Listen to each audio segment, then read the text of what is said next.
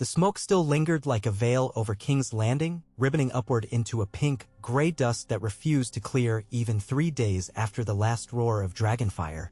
A hush lay upon the city, oppressive and unyielding, as though the charred stones themselves held their breath in awe of the woman who now walked the ramparts of the Red Keep.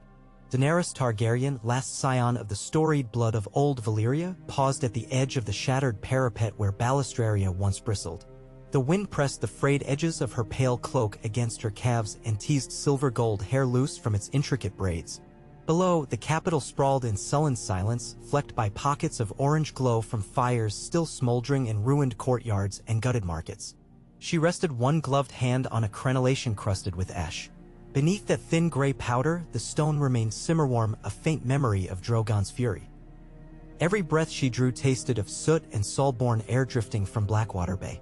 The city had surrendered not with trumpet or banner, but with a collective sob, its defenses melted, its proud towers broken like toy blocks. Daenerys closed her eyes. In the hush she could almost hear the heartbeat of the realm, slow and uncertain, waiting to know whether its new queen would cradle it or crush it in the claw of destiny.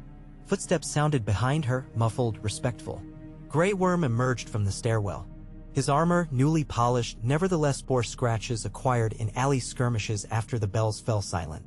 The unsullied commander halted a prudent distance away, spear but grounded, chin lifted.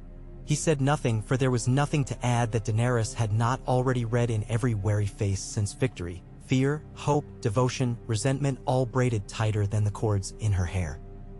"Report," she murmured, "I still on the skyline where the ruin of the September Dome cut a jagged gap.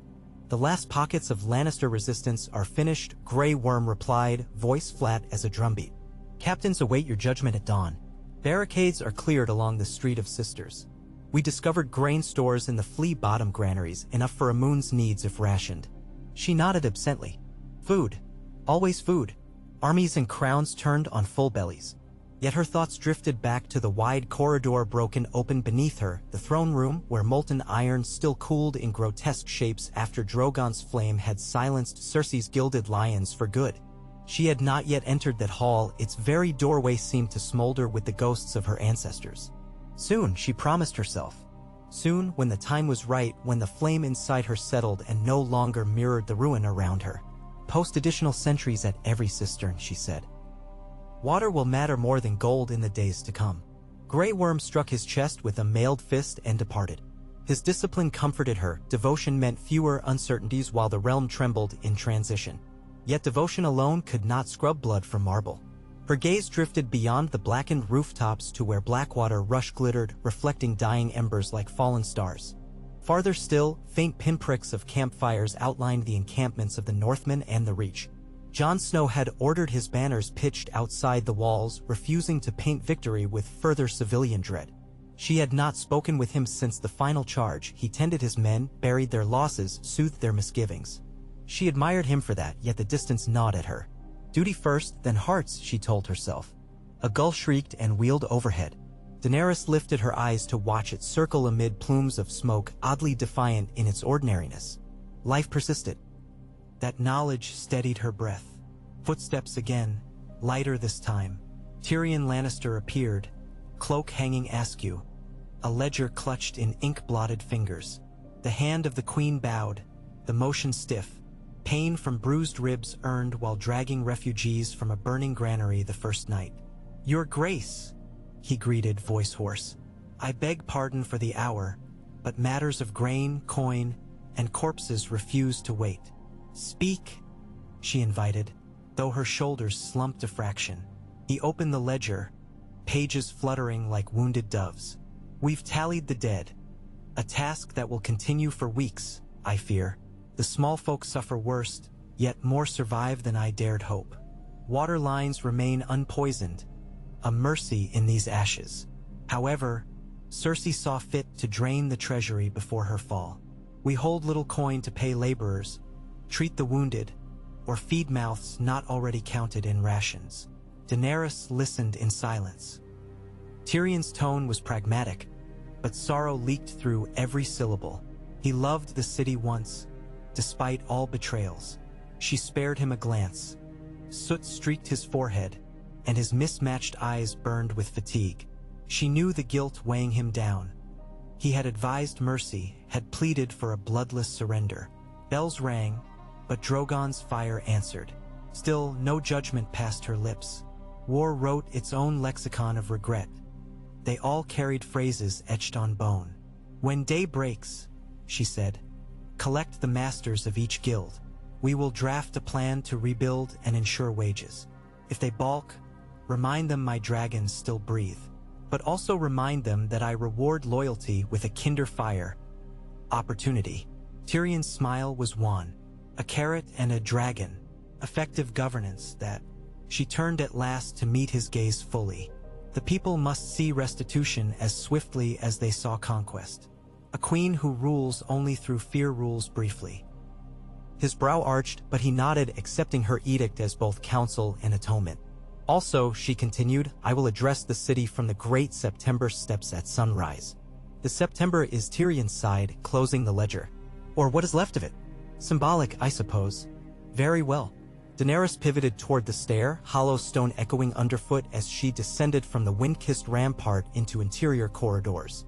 Torches guttered along the walls, casting restless shadows that danced across smashed candelabras and tapestries singed at their hems.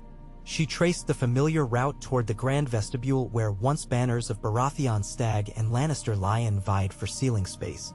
Now, smoke stains unified the vaulted expanse in drab gray. Within the vestibule, unsullied, stood sentinel beside captured Lannister officers. The prisoners knelt, wrists bound. Their gilt-plated breastplates were scorched, their crimson cloaks soiled with soot. Some stared defiantly, others hung their heads. Daenerys halted before them, the crackle of torch fire filling the hush. One lord, broad-shouldered, nose broken, raised his chin. "Your dragons slew women and babes, Targaryen. Is that the justice of your new world?" Murmurs rippled. I snapped toward her. She felt Tyrion tense at her shoulder. She met the Lord's glare without blinking. "My dragon," she said softly, "ended a war begun long before my birth. Yet justice does not cease in peace." She addressed the captives as one. "You served a queen who used wildfire beneath her own citizens. You looted the grain of the poor, conscripted children, and plotted to starve rival kingdoms. I will not claim innocence for the ashes around us, but nor will I suffer those who wrought misery before Drogon's flame." Her words neither shouted nor sharpened, yet they struck. She saw a spark of something, understanding perhaps, in a few eyes. Others hardened further. Stone set to resist erosion. So be it. Stone would break under tide in time. "Take them to the dungeons," she ordered, "until proper tribunals convene."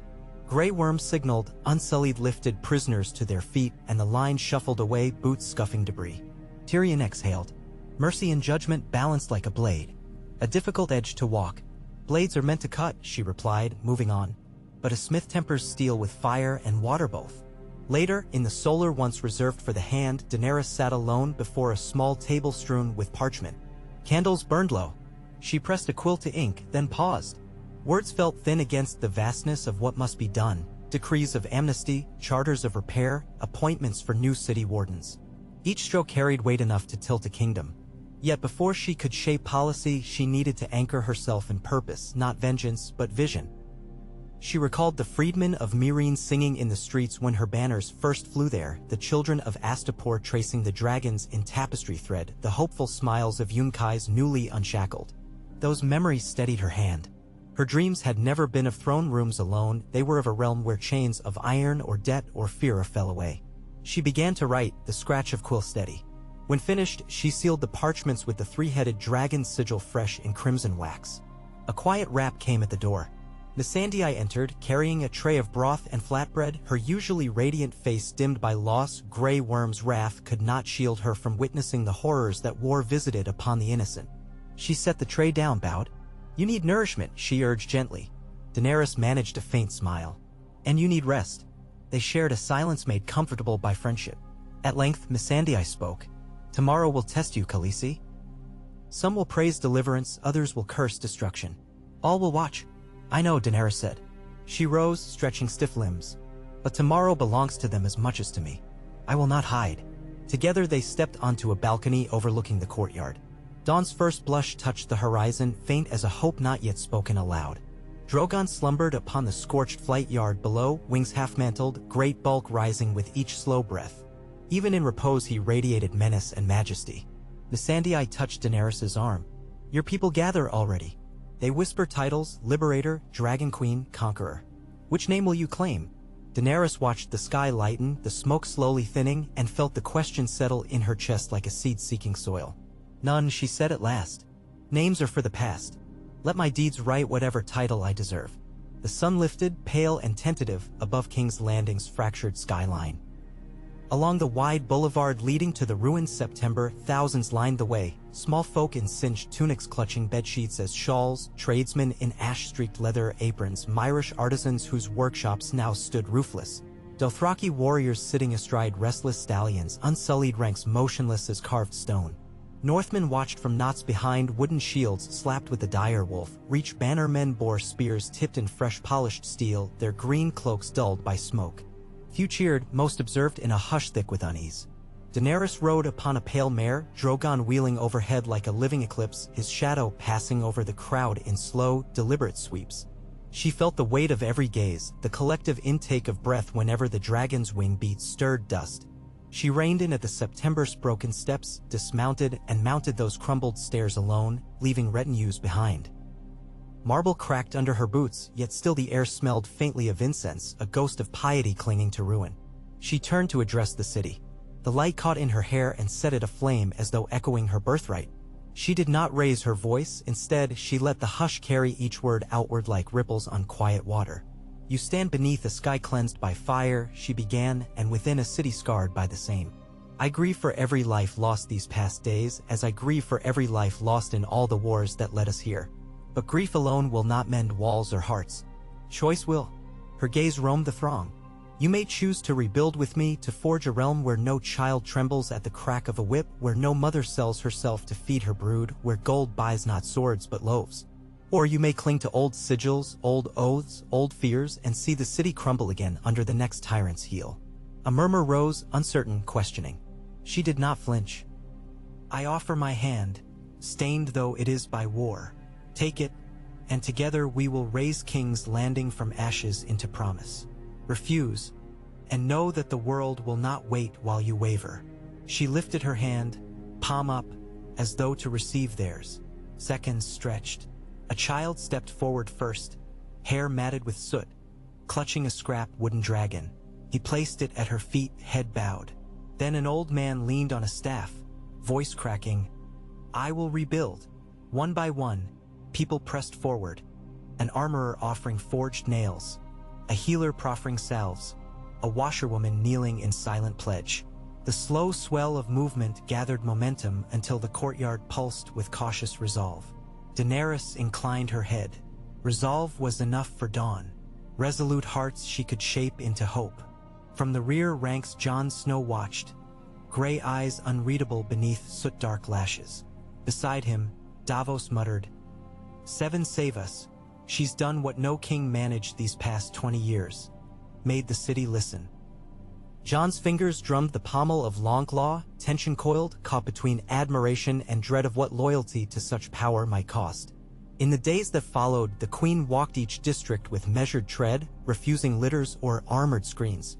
She greeted smiths at their forges, knelt beside ruined septons tending makeshift shrines, and waded ankle-deep through Blackwater's shallows where charred flotsam bobbed like grim prayer fleets.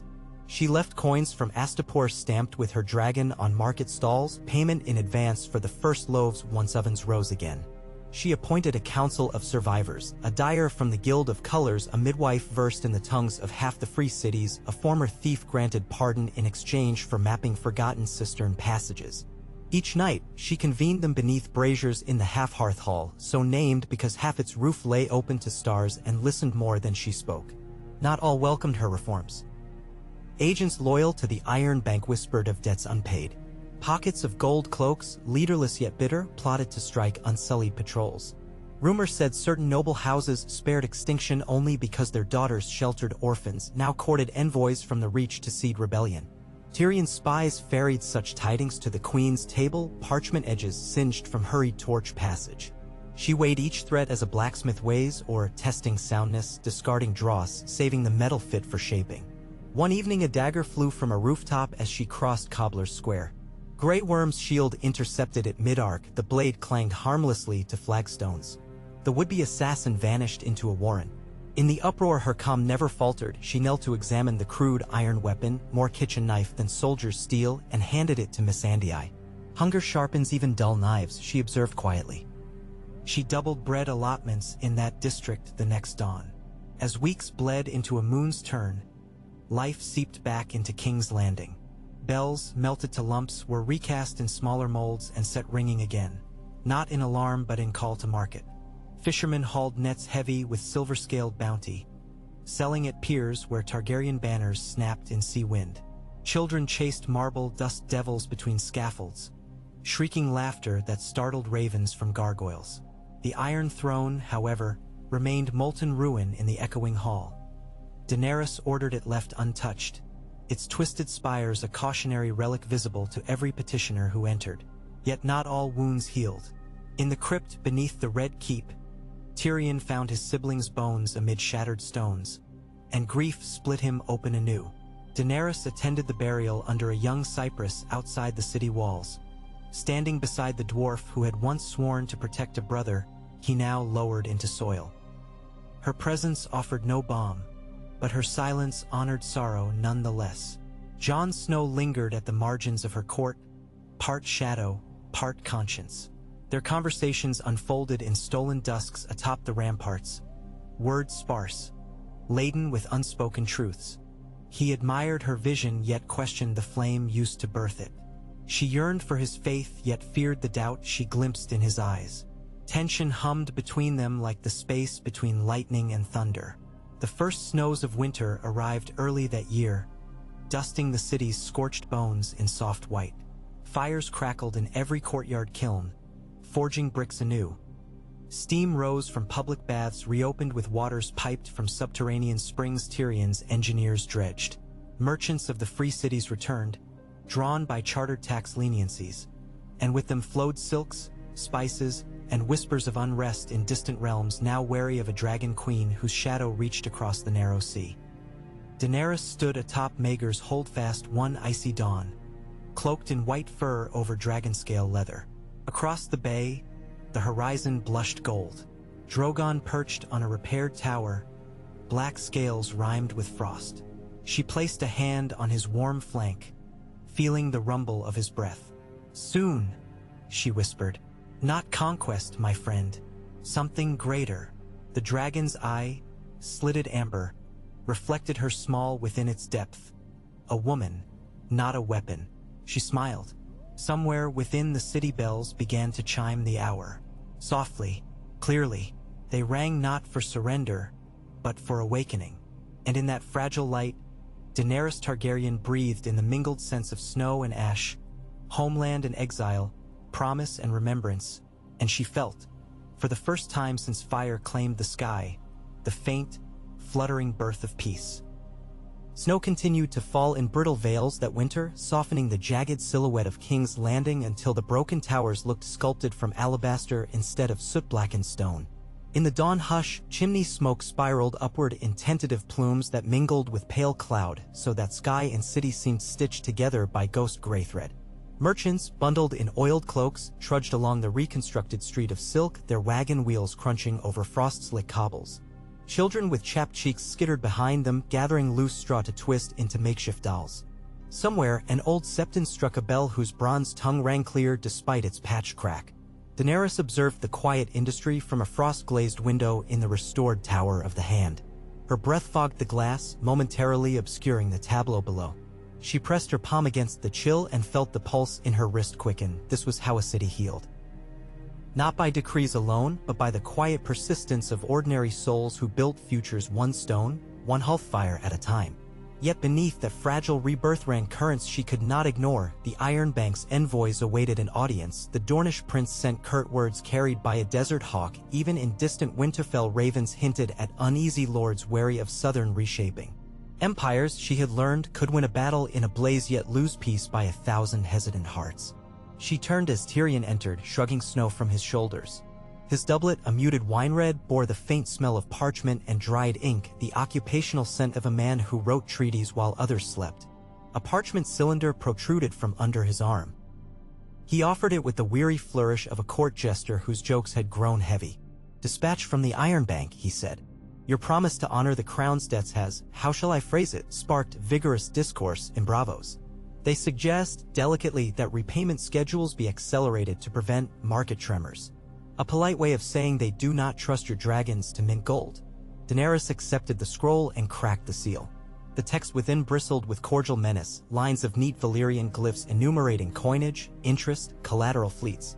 She traced a finger along the margins, reading faster than Tyrion expected. "They shall be repaid," she murmured, "but not at the cost of rebuilding. Draft a reply. The bank may send auditors to inspect the new mint. We begin next fortnight. If they aid our smiths in restriking coin, we have the timeline. If they refuse, we pay on the original schedule and no sooner." Tyrion raised one eyebrow. "Invite them to oversee their own repayment. A clever gambit. They cannot decline without appearing uncooperative, and once their agents set foot in the city, they become invested, quite literally, in its survival." A small smile flickered at her mouth's corner. "Even gold bends when heated," she answered. "We simply choose the furnace gently." She set the scroll upon a side table beside another stack, reports from Grey Worm on harbor patrols, Missandei's census drafts counting the living, the lost, the displaced. Notes from the newly established Guild of Street Masons requesting heavier wagons for stone blocks ferried from Dragonstone's quarries. Each page was a promise pressed against the slow-beating heart of the realm. Tyrion's gaze lingered on her profile, his expression caught somewhere between pride and apprehension. "You must rest, your grace. Quills are less forgiving than swords, they kill by inches. And you promised Jon you would break your fast with him." "He waits in the small solar." Jon. The name tugged at a cord knotted tight inside her chest. Their conversations had grown more frequent. Quiet hours unpeeled from crowded days. They walked ramparts side by side, their shoulders sometimes brushing in cold wind, speaking of rebuilding at Winterfell and watermills along the Mander. Yet beneath every shared hope lay the unspoken rift of blood and fire, a loyalty stretched taut between northern honor and southern flame. She nodded and swept from the chamber, Tyrion trailing at a respectful distance. The corridor's torches sputtered, casting aureoles of light upon new tapestries depicting 3 dragons coiled around a rising sun. Symbols of rebirth commissioned by Myrish weavers who had fled the city's earlier conflagration and now traced hope into cloth. In the small solar, Jon stood near a crackling hearth, hands extended toward the flames. Snow crystals glittered in his dark curls, melting when they reached the warmth. A simple black wool cloak draped his broad shoulders. It bore the faint imprint of a dire wolf stitched in silver thread. When he turned, his gray eyes reflected the orange firelight, making them seem molten like steel fresh from forge. "Your Grace," he greeted in that rough northern baritone. Formal still, though the distance had lessened. He gestured to a sideboard where plates steamed, oatcake sweetened with honey, smoked river fish, mulled cider. "Food will go cold if left waiting." She crossed the room. Tyrion cleared his throat. "I have ravens to bully," he announced, slipping out. The door closed, leaving them alone with hearth crackles and the low moan of wind at the shutters. Jon poured cider into 2 wooden cups. "The harbor watch reports smugglers slipping through the straits at night," he said. "Some carry grain, others weapons. I've doubled patrols, but the city wall still has gaps." She accepted the cup. "Grey Worm's masons work day and night. We could ask the Dothraki to assist, they move stone like feathers when urged." A faint smile crooked his lips. The sight of horse lords atop scaffolds would scandalize half the realm, but it might quicken the other half to labor lest they be shown up. They ate in silence for several moments, comfortable and yet coiled with tension unshed. At length Jon set down his cup. "The Northmen grow restless. Many wish to return home before the passes clog with snow. They've done their duty, they say." "And what do you say?" she asked softly. He stared into the hearth. "They should go. Winter is cruel and families must be tended. Yet leaving now may appear abandonment." He turned to her. "If I depart with them, some will claim the North rebels. If I stay, they resent serving a queen whose justice they fear." Daenerys reached across the small table and laid her hand upon his. Heat leapt between skin as vivid as flame meeting ice. "I will not chain you or your people. The North answered my call unbidden because they trusted you. Let them see their queen trusts them in turn, to return when needed, to carry home what they have witnessed, a city rising, not burning. Jon's fingers curled around hers. And you trust me? It is not trust if measured like coin, she said. It is a leap across darkness. Her pulse hammered. I would leap if you would. The words trembled, carrying weight beyond politics. He swallowed, throat tightening. I have never wanted a crown, but he exhaled years of duty in that breath. I want a world worth living in. Her thumb brushed the scar across his knuckles. Then stay a few more moons. Help shape that world and let the Northmen carry word home. When spring breaks, you can return to Winterfell to oversee planting. We will ride with you. She felt the step before she took it. A queen must see her realm. And perhaps, she added, voice softer than snowmelt, a friend should meet those who forged you. Jon's gaze searched hers. Silence widened, then folded, drawing them closer. He raised her hand to his lips, brushed a kiss against her fingertips. Fire answered. Yet before words could untangle further, heavy boots thudded in the corridor, the spell unraveled. Grey Worm entered, helm tucked beneath his arm. His gaze flicked between them, unreadable. Your Grace, he said, a ship inbound from Sunspear carries Prince Corey's Nimeros Martell. He requests parley at sundown. Daenerys straightened. Dorne moved swiftly. She met Jon's eyes, whatever passed between them settled back into the realm of duty. Have the throne room prepared. Sundown painted the city in ember hues as Prince Corey strode across the flagstones of the half-ruined throne hall. He was tall, lean, skin a warm copper, hair bound in a violet scarf. 4 Dornish spearmen flanked him, their helms shaped like coiled serpents. The prince halted before Daenerys, who stood upon a dais where the Iron Throne's molten skeleton loomed like a fossilized beast. She wore a tunic of dark indigo leather, a silver chain at her throat shaped into 3 interlocked dragons. Your Grace, Corys intoned with a bow that tilted but did not lower his head fully. Dorne greets the Dragon Queen. Prince, she replied, voice cordial yet edged. You journeyed far for words. Speak them. He glanced at the throne's twisted remains. Once, my foremother allied with House Targaryen to end bloodshed. History reminds us alliances with dragons can burn or bloom. I come to see which flower you tend. The flower is peace, she said. Peace, he repeated, tasting it. Then let us water it. Dorne will recognize your claim if 3 conditions are met. First, the abolishment of the Dornish excise tariffs levied by Cersei.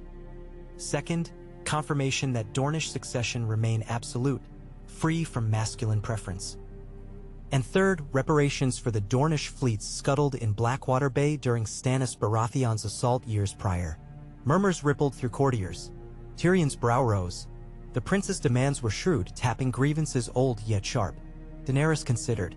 She had no wish to strangle regional autonomy, she needed allies, not vassals in revolt. She inclined her head. Tariffs are a chain upon trade, they are gone. Dornish law shall stand inviolate. As for reparations, the crown will assign shipwrights to Sunspear's docks at our expense until your fleet is restored twofold. The hall buzzed. Corys arched a brow, surprised by speed. Generous beyond expectation. I know the cost of ships and lives, she answered.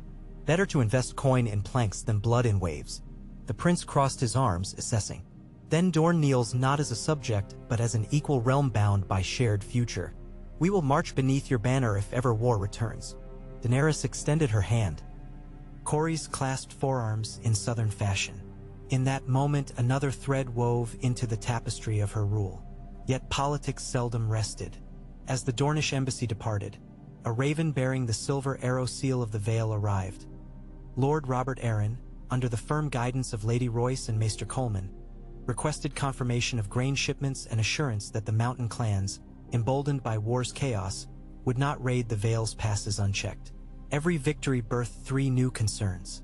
Night deepened over the Red Keep. Torches lined corridors, their flames bowing against unseen drafts. Daenerys retreated to the queen's chambers. She dismissed her handmaidens, needing solitude. As she unlaced her cloak, she caught her reflection in a mirror newly hung. A woman clad in scale mail finery, shoulders squared, eyes rimmed with fatigue. But beneath, she saw another thing. A glimmer of wonder, fragile yet present. Peace was not a dream. It breathed, slow but alive, in every treaty signed, every kiln warmed. She moved to a writing desk and unrolled parchment. Quill in hand, she penned a letter to the Iron Bank, firm yet courteous. Next, a missive to the Vale promising patrols led by seasoned scouts of the Free Folk, those who knew mountain warfare better than any knight. Then a personal note to Sansa Stark in Winterfell inviting her counsel on fostering trade routes between south and north. She folded each sheet with care, sealing them with crimson wax and the dragon stamp. When she leaned back, the candles had burned low, pooling wax like cooled lava along their stems. A soft knock. "Come," she called. Jon entered, cloak dusted with frost. He closed the door behind him and remained near it, hesitant. "I did not wish to disturb, Al." "You never disturb," she said, voice gentler than she felt. He approached the hearth, its coals glimmering red. "I spoke with the northern captains. They will return home come first thaw, but leave a garrison of volunteers to aid rebuilding." He clasped his hands behind his back. "They asked why I remain. I told them a vow is not a chain, it's a choice renewed each day." She rose, stepping to him. "And do you renew it now?" Jon's breath frosted in the chill between them. He nodded. "I do." No courtier witnessed when he touched her cheek, when her lashes fluttered shut and for the span of 3 heartbeats war and crowns retreated. Their kiss was tentative as though lips tasted dawn itself, fearful to dispel the fragile light. She felt the roughness of his beard, the steady warmth of his hands cupping her face, and in that contact the world's burdens pressed less fiercely upon her shoulders. Yet they parted with quiet understanding. Love could seed hope, but duty must water it. She smiled bittersweet. "Tomorrow will be harder than today." He brushed a thumb along her jaw. "Then we face it together." Winter's heart thickened. A moon passed, then 2. Trade wagons from the Reach creaked over roads kept clear by Dothraki outriders wielding shovels instead of rocks. In White Harbor, ships bearing the Targaryen sigil offloaded barrels of preserved lemon and casks of Dornish red. In exchange, northern lumber and salt fish filled their holds for the return voyage. Letters between Daenerys and Sansa grew frequent, a tapestry of formal courtesy threaded with sparks of genuine respect. The Starks agreed to host a delegation of unsullied engineers to share knowledge of stone fortification against ice heave. In the shadow city of Sunspear, carpenters hammered at new galleys whose figureheads shaped dragons intertwining with speared suns. But peace is not a still pond. It ripples against every stone once thrown. Word reached King's Landing that former sellswords of the Golden Company, scattered after their rout, had regrouped in the Stormlands under a charismatic captain calling himself Orien Stormborn, bastard claimant of some imagined Targaryen line. His banner, a black dragon devouring a golden skull, gained traction among disaffected Stormlander smallfolk nursing ruin after years of war. Reports whispered of outlaw villages refusing taxes, raids on crown caravans, captured septons preaching that Daenerys' dragons portended a second doom. In the council chamber, Tyrion spread maps inked with red-ring zones of unrest. Orien raids storage depots near Rain House, he said, and offers stolen grain at humble prices, propaganda through stomachs.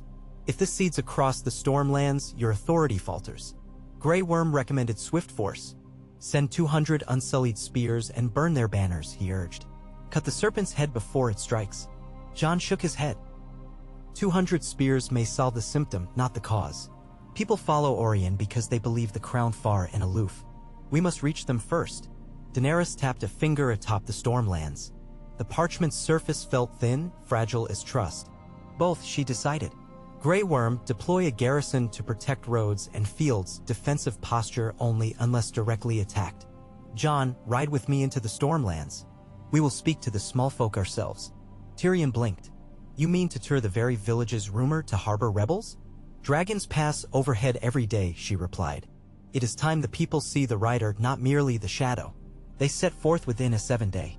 Drogon flew wingtip circles above the procession, a column of 50 unsullied, 30 Northmen and 10 Dothraki outrunners ahead, with Jon and Daenerys riding side by side. Frostbitten fields blurred into rolling hills where frozen dew sparkled on yellowed grass. In some hamlets windows shuddered at their arrival, in others curious children peered wide-eyed at the queen's silver-braided hair, only to be swept indoors by anxious mothers.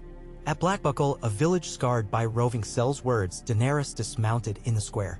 Houses there leaned like drunkards, thatch patched with sailcloth. A score of villagers gathered warily, many clutching makeshift weapons, hooks, flails, a rust-specked garden scythe. The mayor, a stout woman with wind-reddened cheeks, stood forward. We're no traitors, she declared, defensive before accusation came. But the Golden Skull men took our winter stores. Orien's folk returned some grain, asked no coin. We feed our babes, is that crime? Daenerys removed her gloves, baring her hands to cold air. Hunger is no crime, but rebellion disguised as charity will starve you anew when it poisons harvest. I offer more than grain, I offer roads patrolled, mills repaired, seeds from the reach suited to your soil. In return, give me information on Orion's movements. Suspicion flickered. Jon stepped forward. We fought beside your Stormlander kin on the Blackwater, he said. Many died defending this land. Help us end the raiding, and none need fear soldiers camped at doors. The mayor's shoulders sagged. She gestured toward a half-collapsed barn. Orion meets there come dark of moon. He talks of forging new crowns from dragon bones. But he's no dragon, only a Sellsword starved of war. She spat in dirt. Take him and let us get on with life. Daenerys nodded. Northman scouts slipped away to relay the intel. Meanwhile, the Unsullied unloaded sacks of grain stamped with the crown's sigil, stacking them in the communal hall. She supervised distribution herself, ensuring each family received fair ration. When a small boy offered her a carved wooden lizard in thanks, she accepted solemnly, tucking it into her cloak. Gifts, she had learned, were bonds. At dusk they camped beyond the village. Jon sat beside her at the fire's edge, sharing smoked hare on trencher bread. Above them Drogon roost atop a rocky outcrop, his silhouette cresting the stars. Today felt, Jon searched for word. Right? She fed a scrap of meat to a stray dog skulking near the ring of guards. I saw the faces. Fear lessened. Not gone, but less. One step. She looked at him, firelight dancing gold in his eyes. And what of your fear? He sipped wine.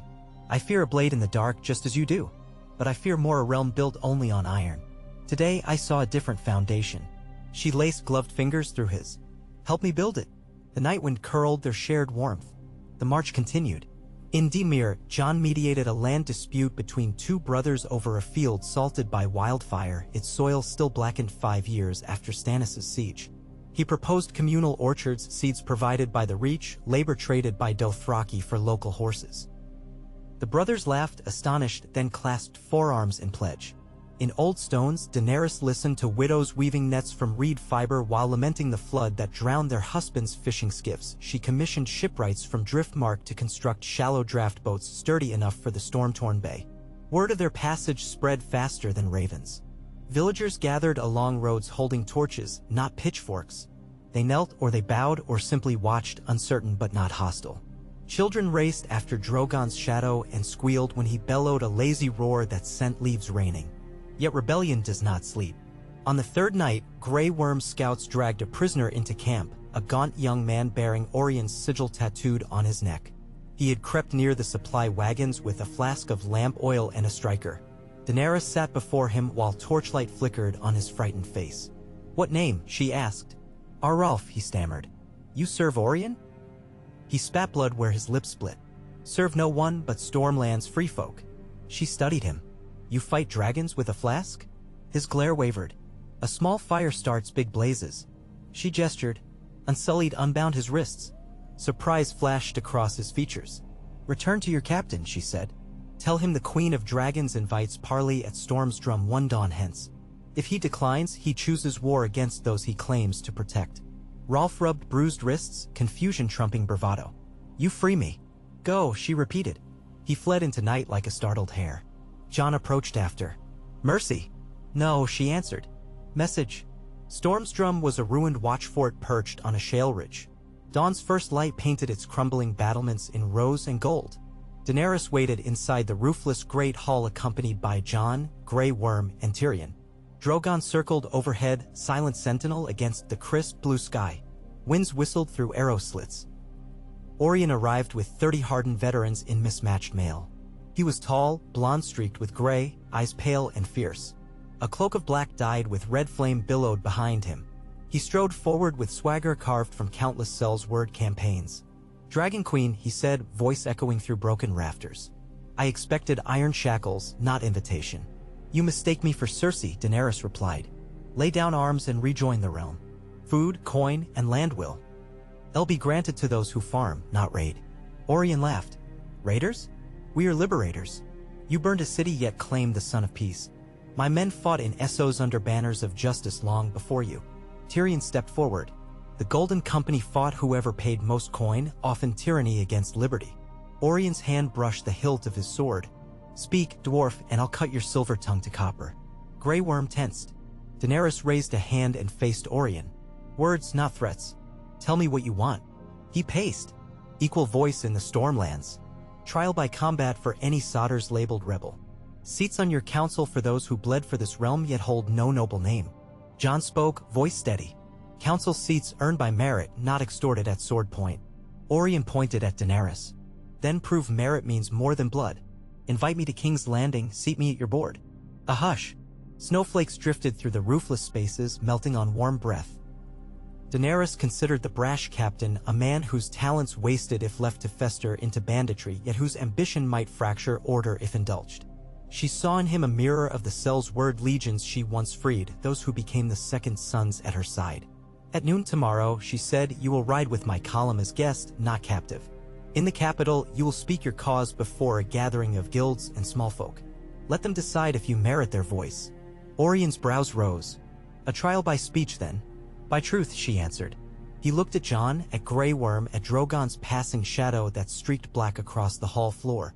Something shifted behind his eyes, an ember of longing to matter beyond coin. He nodded once. Very well. But if you betray word.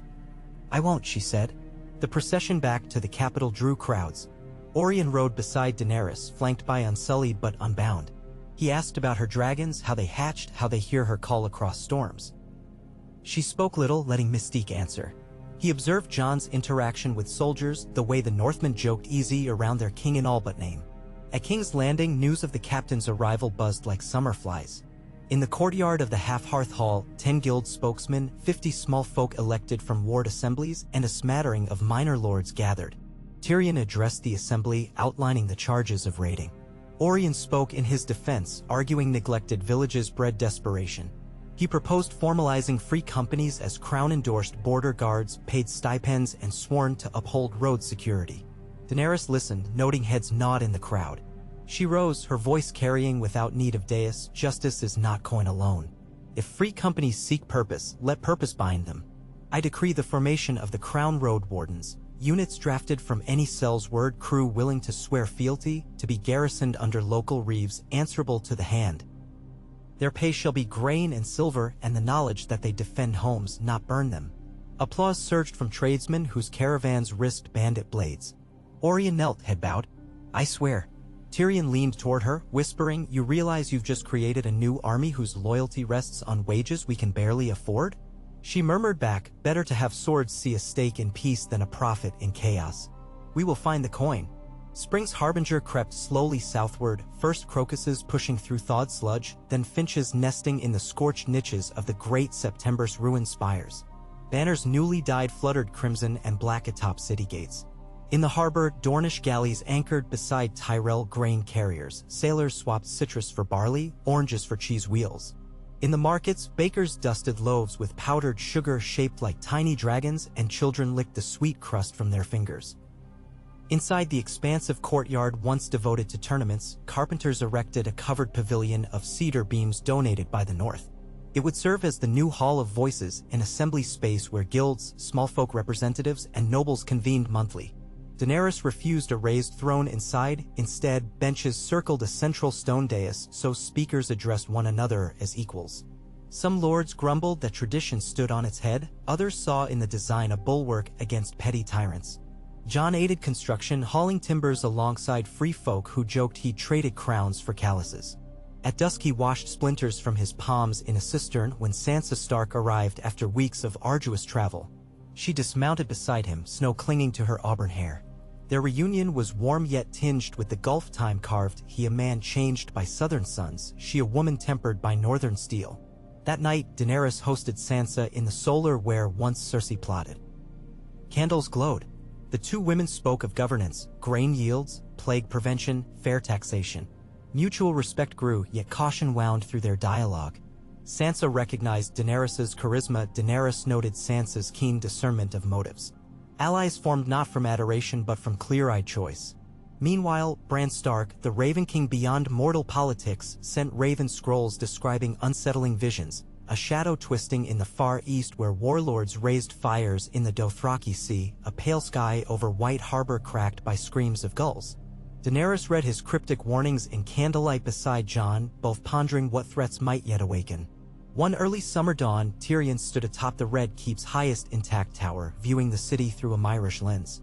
He spotted lines of people entering the Hall of Voices, the first formal assembly since its completion. Bakers, armorers, septas, sailors, even former small folk who had lost limbs during the sack 70 years prior, all filed in, clad in humble best. He felt an unexpected swell in his chest. The realm forged here might just survive its founders. Below, in the restored dragon pit, now cleared of rubble and roofed with canvas awnings, Drogon, Regal, and Viserions' reconstructed skeletons were displayed alongside educational plaques describing Valyrian ecology. Daenerys insisted knowledge replace fear. Visitors walked beneath Drogon's living shadow as guides lectured on how dragons regulated body heat by wing extension. Schoolchildren sketched charcoal outlines of jawbones larger than their entire bodies. Within the Hall of Voices, Daenerys opened the session, not by decree but by placing a smooth river stone upon the central dais, a symbol for every speaker to hold when given the floor. She spoke briefly. A vision of roads webbing the seven kingdoms, of free healing halls, of trade caravans guarded by wardens who wore no crest but the realm's unity. When she finished, she stepped back, and the stone passed to a baker who proposed subsidized ovens to feed orphanages. Next, a shipwright argued for grants to craft fishing skiffs for coastal widows. A Dornish merchant petitioned for safe caravanserais at winter passes. Jon watched from a bench, heart steadying with each voice raised. This was the melody he dreamed of, many tongues weaving harmony rather than iron clang. He met Daenerys' gaze across the circle. She smiled, not triumph, but quiet relief. After the assembly, Tyrion approached them. "Plans will cost coffers," he warned, though his tone could not conceal hope's tremor. "We must discover revenue beyond tariffs and the bank's indulgence." Daenerys turned toward the open doors where sunlight streamed in. "Ideas?" she asked Jon. He looked south, where land dipped toward the sea. "We harness wind. Build mills along coastal cliffs, grain mills, furnaces powered by sails. Sell surplus flour to the free cities. The wind costs nothing but skill." Tyrion's eyes lit. "And invite Myrish engineers, tie them to our success." He chuckled softly. "You two will bankrupt the realm with generosity, but perhaps profit will trail behind like a dutiful hound." Shouts rose outside. Cheers from small folk witnessing the arrival of the first water wagons drawn by Dornish camels. Joy cracked the air like dawn's first birdsong. Evenings found Daenerys and Jon walking the ramparts beneath lantern light. They talked of home, his memories of Winterfell's Godwood, hers of the house with the red door in Bravos. They wondered where to plant new roots once the realm no longer required their daily oversight. She spoke of orchards near the Golden Tooth Valley where spring lasted long. He spoke of white harbors, glittering swells, and imagined shipyards forging hulls bound for unknown western seas. They paused at the parapet where she once stood alone after the conquest. The stones, scrubbed clean of soot, still bore faint scorch lines. She traced a finger over them. "Do you regret fire?" Jon asked quietly. She rested her hand flat. "I regret every innocent lost, but I cherish every life now blooming from what we sowed in ashes." He nodded. His gloved hand covered hers on the stone. They leaned toward each other, foreheads touching beneath the lantern's soft glow. The city murmured below like a distant tide, but within that hush they found stillness. He spoke first. "When winter releases its grip, will you come north with me?" "Yes," she whispered. Not as queen on tour, but as guest and more. The admission tasted like fresh spring water. His lips brushed hers. The kiss was deeper than the first, seasoned with shared trials. They parted only when the lantern sputtered, flame devouring last oil. Summer's heat rose, and with it, challenges. A flux of refugees from the riverlands threatened to swell King's Landing beyond capacity. Old fissures in the city's aqueducts groaned under increased demand. Tyrion organized teams of masons to shore up centuries-old tunnels. Orion, now captain of the Wardens, drilled his men to escort water caravans from Blackwater Rush daily. He worked with Missandei to map leak sites, surprising those who had once deemed him simple Sellsword. In the Reach, Garth Tyrell, cousin to the late Lady Marjorie, sent an orchard's worth of saplings bred for blight resistance, requesting dragon dung for fertilizer in return.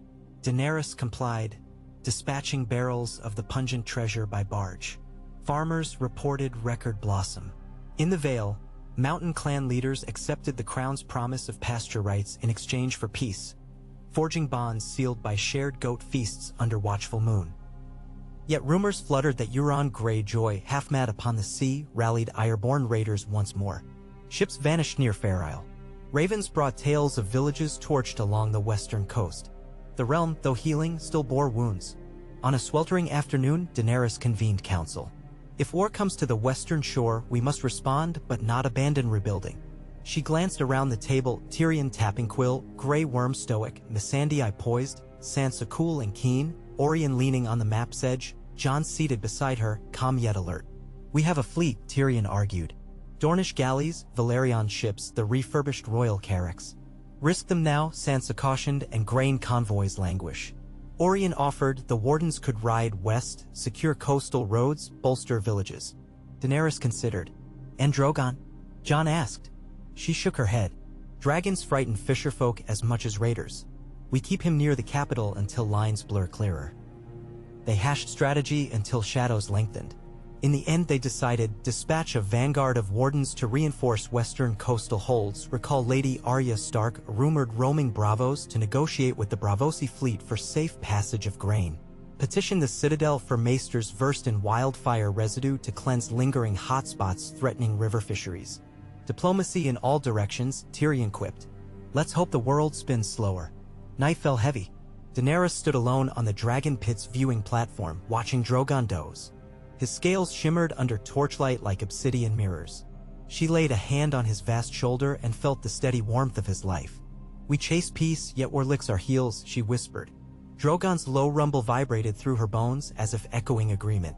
She heard footsteps and turned. Jon approached, cloak rustling. He carried a small carved wooden lizard, token from Blackbuckle, now polished and fitted with a tiny silver collar. For you, he said, pressing it into her palm. A reminder of what one gift can spark. She closed fingers around it. Thank you. He took her free hand. The path ahead twists. But I believe in us. She looked into his eyes, saw winter forests and summer meadows and storms, and believed too. From the parapets, bells began to ring, not in alarm, but in joyous clamor. Below, the Hall of Voices doors opened and people spilled into the square. A messenger darted up the keep's stair, breathless. Word had come that the Iron Bank ratified the new mint's first coin batch. Dragon Queens minted on one face, a 7-pointed star on the other, signifying unity of old faiths and new rule.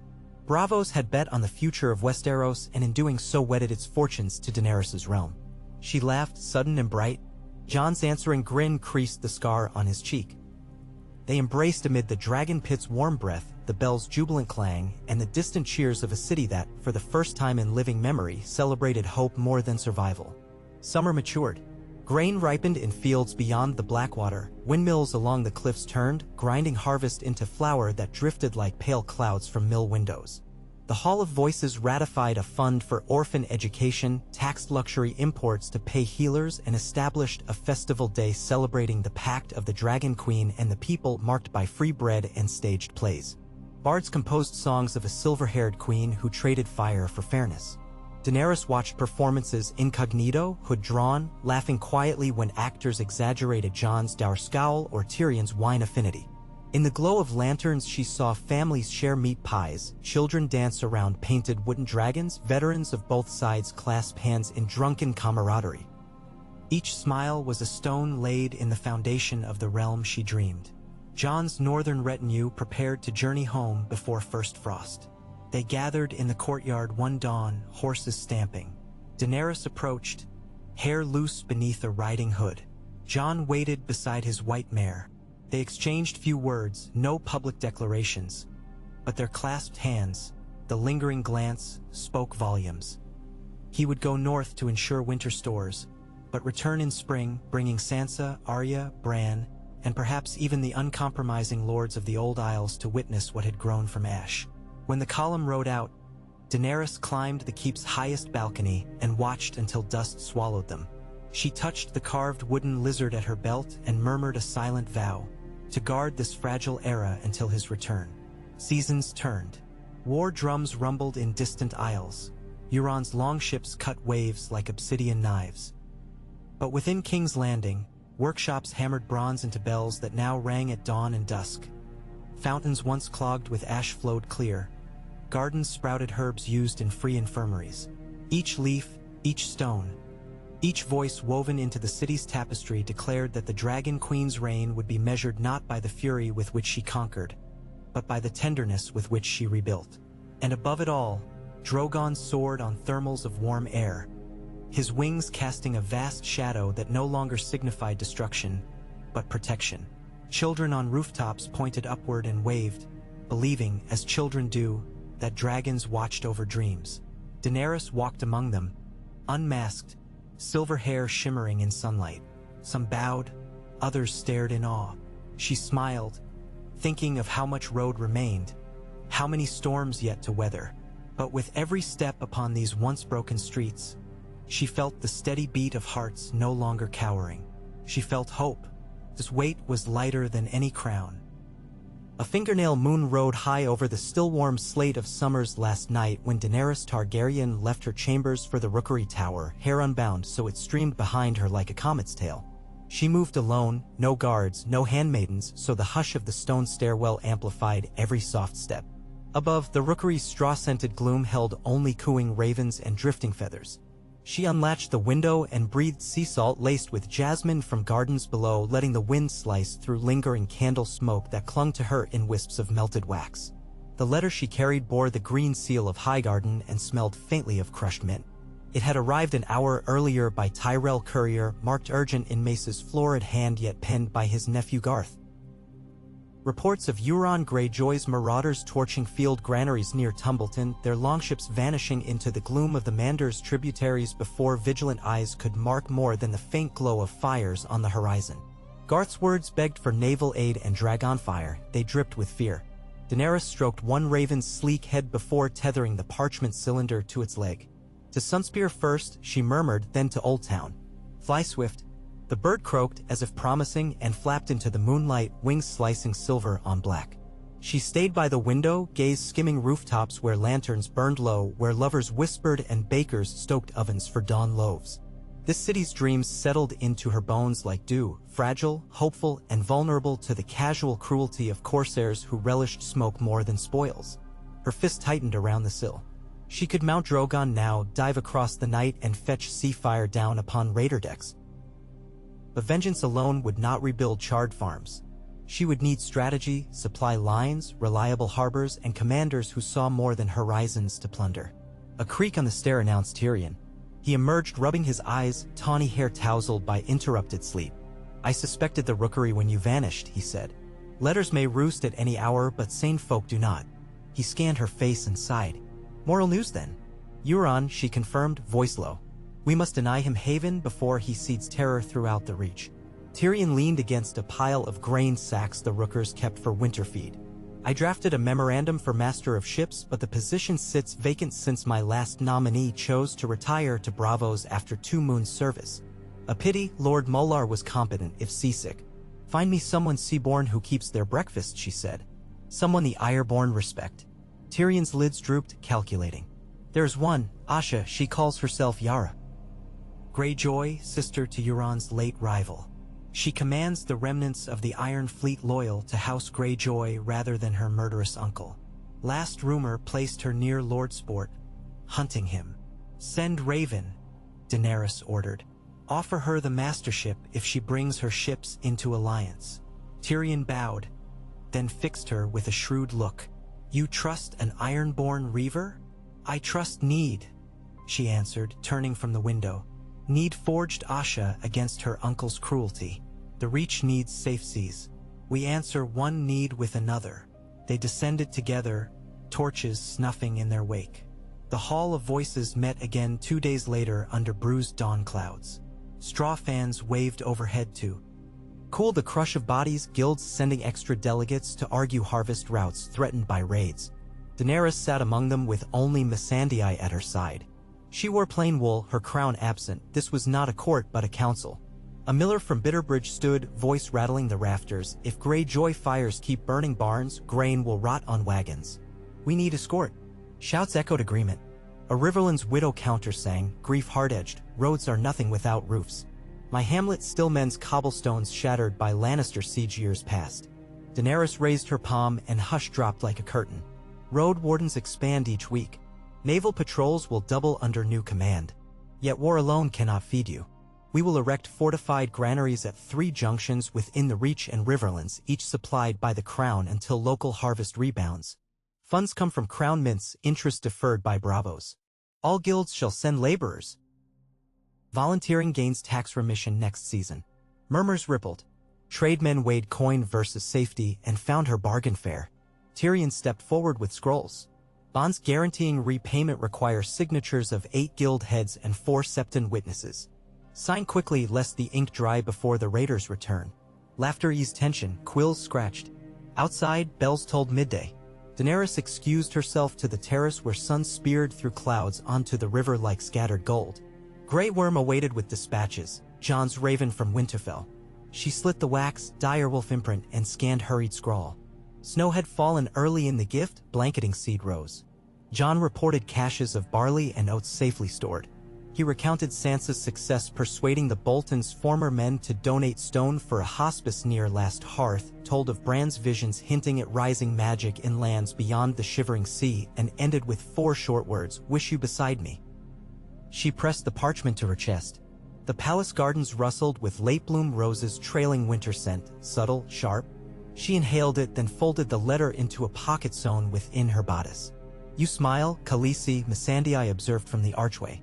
"Hope travels in ink," Daenerys replied. "It outweighs war's weight if we let it." She turned to Grey Worm. "Any word from Asha?" "None yet, but ravens carry north upon good wind," he replied.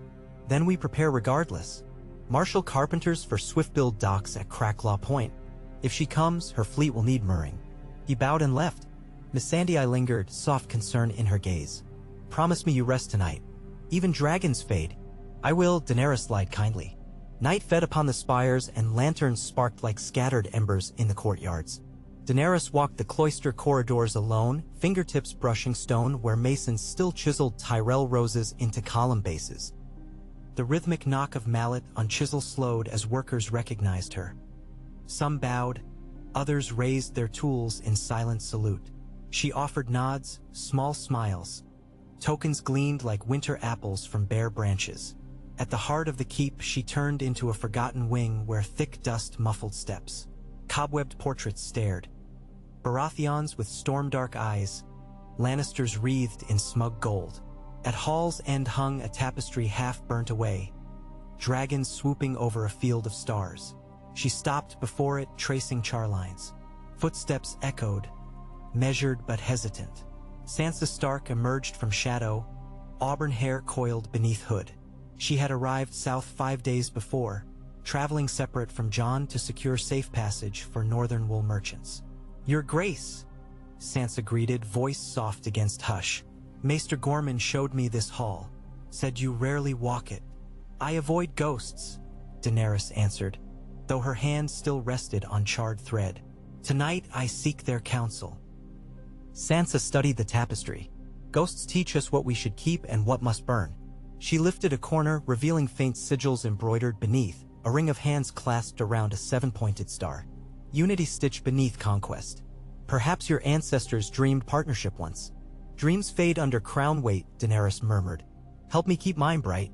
Sansa's gaze was steady. "I will. The North will." She hesitated. "I ask leave to journey east of the city, to the camps where Riverland's refugees gather. Rumors say fevers spread there. I would take healers and supplies." "Granted," Daenerys said. "Take Dothraki outriders, their swiftness may save ours." Sansa's smile surprised warmth. "Thank you. Jon speaks truth of you. Jon speaks truth of many." They parted amicably, ghosts satisfied. Days ticked by measured in hammer clangs and raven wings. Yards filled with cut oak, smithies forged rivets. Mariners from Driftmark arrived to teach Reach farmers how to fasten hull plates. In the streets, children wove dragon-shaped kites from scraps of Tyrosh silk left by traders, and the bright shapes capered over gables each afternoon, laughter lifting with them. One dawn, a horn blast boomed from the city's western tower. 3 notes. Incoming fleet. Daenerys strode to the balcony as mists parted to reveal sails painted black and silver, the kraken of pike entwined with a crimson dragon. Yara Greyjoy stood at the prow of the lead longship, wind whipping black hair like a war banner. Her ships, 12 sleek raiders and 6 captured Euronist galleys, glided into harbor under truce banners. On the quay, Daenerys waited in plain riding cloak. Yara leapt to dock planks, boots thudding. Saltwater spray glistened on her withered leather jerkin, her grin bold. "Heard you seek a captain who can stomach tempest and treachery," she said. "I brought both, tempered into loyalty if paid." "Paid in freedom and purpose," Daenerys replied. "Will it do?" Yara's grin widened. "Aye. Euron's blood will season the bargain." They clasped arms. Behind, sailors cheered, a ragtag crew of Ironborn willing to trade raiding for legitimate prize. Tyrion oversaw their quartering in repurposed granaries, rationing ale lest city taverns overflow with saltbrag. That night in council, Yara outlined tides, shoals, and every rumor of Euron's fleet. She spread charts across the table, stabbing inky marks. "He lurks near Ironman's Bay, striking south when moonlight hides his sails. My own scouts saw him slip into the Widow's Wash to refit a cove choked with reefs. Dragons can't dive there, but shallow draft cogs might." Daenerys listened, drumming fingers. "We trap him at sea. Draw him out with convoy bait, fleets hidden beyond the horizon. When he engages, Drogon sweeps from sun at his back." Orien grinned wickedly. "Make the Reaver taste the fear he serves." Plans formed. Yara's ships would escort 3 grain barges north along the coast, while Valyrian galleys lurked beyond Driftmark's lee. Grey Worm commandeered scorpions for the decks, arrowheads tipped with wildfire files courtesy of Tyrion's engineering. Drogon would shadow high above, a silent star against midday blue until signal smoke unfurled. On eve before departure, Daenerys visited the dragon pit. Drogon rumbled when she approached, lowering his head so her palm caressed ridged snout. "One more flight, my friend," she whispered. "One more blaze to usher in calm." He huffed hot breath, eyes gleaming like twin forge fires. She felt the old thrill, blood singing to sky, but steadied it with memory of children laughing beneath kites. Fire wielded with purpose must not stray into ruin. At daybreak, the convoys slipped from Blackwater Bay. Sun rose behind, gilding sail edges. Daenerys soared above on Drogon, high enough that ships shrank to chess pieces. Wind shrieked past, whistling through her braids. Down on sea, gull cries and slap of waves concealed creak of rigging. Hours passed in quiet. Below deck, sailors sweated, grips white on rope. Then black dots on horizon. Euron's war galleys, sails dyed blood red with kraken emblem. They surged like sharks or banks churning. Hidden Valyrian fleet held position behind a headland, waiting for the agreed arrow volley, a flare of green wildfire from Yara's flagship. But first the bait must look beleaguered. Euron's ships closed. From Drogon's vantage, Daenerys saw his banner, a mummer's eye weeping black tears upon a red sunburst. He stood at the prow, waving a curved axe, roaring battle song. Instinct tightened her thighs against dragon scale. She wanted to dive now, bathe him in flame. But patience. Yara's sails angled low, her ships feigned slow retreat, hugging breakers. Euron's lead galley rammed one barge broadside, timbers cracked like thunder. Men tumbled into foam. Yara's ships pivoted inward, shield wall of hulls blocking raiders from exit. She raised a green-tipped arrow and loosed skyward. It whistled, trailing bright emerald smoke. Drogon folded wings, hurtled earthward. Windscream rose to roar. Beneath, Valyrian galleys unfurled sails, catching breeze, sliding from concealment with scorpion bolts primed. Euron looked up too late. Dragon shadow engulfed deck. Drogon's chest ballooned, flame sprayed a cone of orange-white across mast and sail. Wood exploded. Men shrieked. Green wildfire files shattered among the blaze, birth-screaming emerald spirals that crawled across tarred planks. Euron screamed back, defiant, ordering archers to loose. Black-fletched shafts hissed upward, few struck scale to no avail. He seized a scorpion himself, cranking feverishly, but Valyrian bolts lanced his deck supports, snapping the weapon aside. Yara's flagship swept close, grapnels flew, binding Euron's galley to its doom. Warden stormed across, cutlass and dirk flashing. Amid smoke, Yara squared against her uncle, a gaunt specter in sea-soaked mail, eyes manic. They traded blows, steel ringing within furnace heat. Euron's laughter rang unhinged. Yara drove a knee to his gut, hacked. He parried, drove her back against railing. Flames licked rigging, heat blistering faces. Drogon wheeled, but Daenerys hesitated. Fire here would consume friend and foe. She drew her dagger, urged Drogon lower, but aside, trusting Yara. Euron swung axe overhead. Yara ducked, sliced hamstring. The kraken howled, staggered. She kicked him to deck, boot on chest. For Pike, for Theon, for every child you drowned. Blade plunged. Blood steamed on hot planks. Her crew cheered as she heaved the corpse toward the sea. Flame devoured it before waves claimed. Remaining raider ships broke formation, or banks thrashing to flee, but Valerian galleys herded them toward shallow reefs where scorpions riddled hulls. Some surrendered. Others foundered and sank. By dusk, the sea stank of char and tar. Gulls swarmed. Yara signaled success. Daenerys guided Drogon to land atop Driftmark cliffs, heart pounding with victory tempered by sorrow for the dead. She watched Yara's sails return, ragged but proud. On shore, sailors built pyres for fallen. Daenerys joined, lighting tinder with a whispered Dracarys. Drogon's smallest belch ignited fragrant pine. Flames danced under star-scattered sky, funeral song rising. Yara approached, sea salt streaking soot on her face. "Master of ships?" Daenerys asked. Yara plucked a splinter from her arm, grinned. "Aye, if that means more bastards to kill when they threaten my seas." "It means building as well as breaking," Daenerys replied. "Harbors, lighthouses, schools for foundling deckhands." Yara's grin faded to thought. "Then I'll learn the crafts. Better than rotting in old feuds." She extended a blood-smudged hand. Daenerys clasped it. The alliance set forged beyond ink and battle ash. Ravens sped to King's Landing bearing news of victory. Bells rang bright dawn to dusk. Bakers handed free sweet buns shaped like krakens. Children stomped them with giggles. Yet Daenerys commanded restraint, flags half raised in memory of lives lost.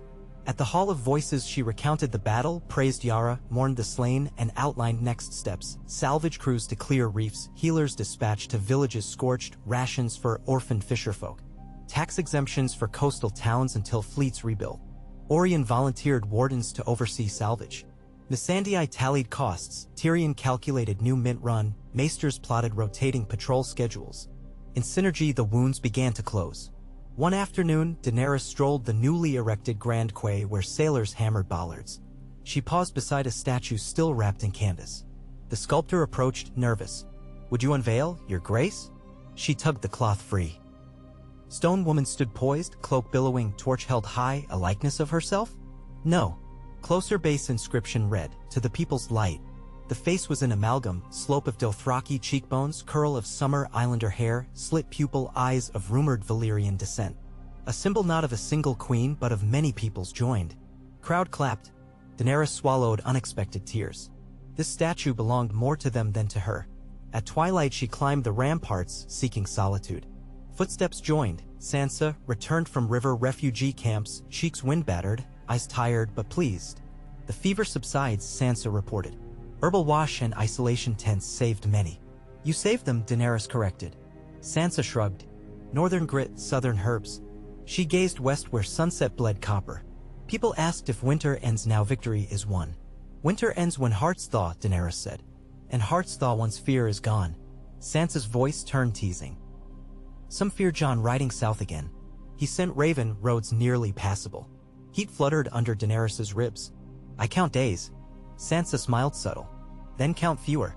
He left White Harbor already." Autumn's breath cooled the city. Leaves-crusted alleys, Smith's war wool underleather. One crisp dawn, 3 horn blasts echoed, royal cavalcade inbound. Daenerys waited at the northern gate in cloak lined with dire wolf fur sent by Sansa. When the procession appeared, northern riders escorting sleek carts of tanned hides and early cider, her pulse quickened. Jon rode at front atop a gray courser. His hair ruffled, cheeks roughened by journey. When his eyes found hers, the crowd, the guards, the towers all blurred into background. He dismounted, boots crunching frost, and bowed. She stepped forward, protocol melted. They embraced, and for heartbeat long the realm's burdens slipped. He murmured, "I promised spring would follow me." "And you keep vows," she replied, kissing snowflake from his brow. They walked the streets side by side, no fanfare save curious looks. Jon marveled at new mills rising, at street markets selling Tyroshi figs beside northern salt cod, at murals depicting dragons coiled with wolves. He spotted the Grand Quay statue and paused. "You built something bigger than conquest," he whispered. "We built," she corrected. That eve, a feast in Half-Hearth Hall. Long tables laden with dishes from all corners, Dornish peppers stuffed with goat cheese, Reach apple tarts, northern haunch glazed with honey, Ireborn smoked eel. Musicians mingled lute and drum with Har home bone flute. Jon sat at Daenerys's right, Yara carved witty insults, Tyrion and Sansa debated city sanitation, Missandei recounted translation mishaps that set Dothraki roaring. Laughter knitted varied tongues into tapestry. When dessert arrived, sweet milk custard shaped like dragon eggs, Daenerys tapped a spoon for quiet. She rose, scanning the assembly. Tonight we celebrate victory, yet triumph is not flame alone. It is hearths rebuilt, ships repaired, alliances forged by shared labor. Look around, Ironborn and Reach men lifting cups, North and Dothraki trading songs. Let this hall stand witness that the realm's heartbeat is stronger united. She raised her goblet. To unity. Voices echoed, unity. Cups clinked. She sat, hand brushing Jon's beneath table. His palm enveloped hers, warm security. He leaned to whisper, after feast, we talk? She nodded, heart thrumming. They slipped out later into moonlit garden. Roses drooped with dew, lanterns glimmered like captured stars among leaves. Jon halted by a marble bench. I see what you've made, and I believe in it. He knelt, she gasped, produced a ring rod of northern silver, center set with tiny shard of dragon glass encircled by dire wolf head and three-headed dragon entwined. I offer no kingdom, he said, voice hushed. Only partnership. Marry me, build this realm together as equals. Tears blurred starlight. She drew him up. I accept, she breathed and kissed him. Lanterns swayed as if to applaud, distant bells chimed midnight. News of betrothal sparked jubilation and dissent in equal measure. The Hall of Voices erupted in debate, some hailed the union as cement between North and South, others fretted ancient taboos. Septons argued lineage, Maesters studied precedent. Daenerys attended each session, calm. She stated, our marriage is not conquest of blood but of vision. The realm chooses prosperity over division. Jon canvassed northern lords, Manderly, Glover, Karstark, addressing fears of southern dominance. He promised local autonomy, fair taxes, right to field-own militias. Letters returned bearing seals unbroken, acceptance. Wedding set for spring equinox when both snowdrops and cherry blossoms bloom in the crownlands. Preparations began. Seamstresses from Liss and Wintertown cut cloth dyed storm white and dragon red, cooks experimented melding trout with lemon pepper, masons carved arch to stand at Godwood transplanted from Winterfell sapling to Red Keep garden. Yet shadows stirred, a sect of zealot sparrows revived by famine preached that dragons defied the Seven's order. They met in hidden chapels, plotting sabotage. Orient spies uncovered caches of wildfire stolen from old Mad King vaults hidden in abandoned crypts beneath Flea Bottom. One fog-thick dawn, explosion rocked a granary near Mudgate, green fire tore sky. Daenerys raced to battlements, smoke coiled. Wardens rushed buckets. Casualties minimal, damage contained, but message clear. In War Council, Tyrion spread blueprints of tunnels. We must purge hidden vaults.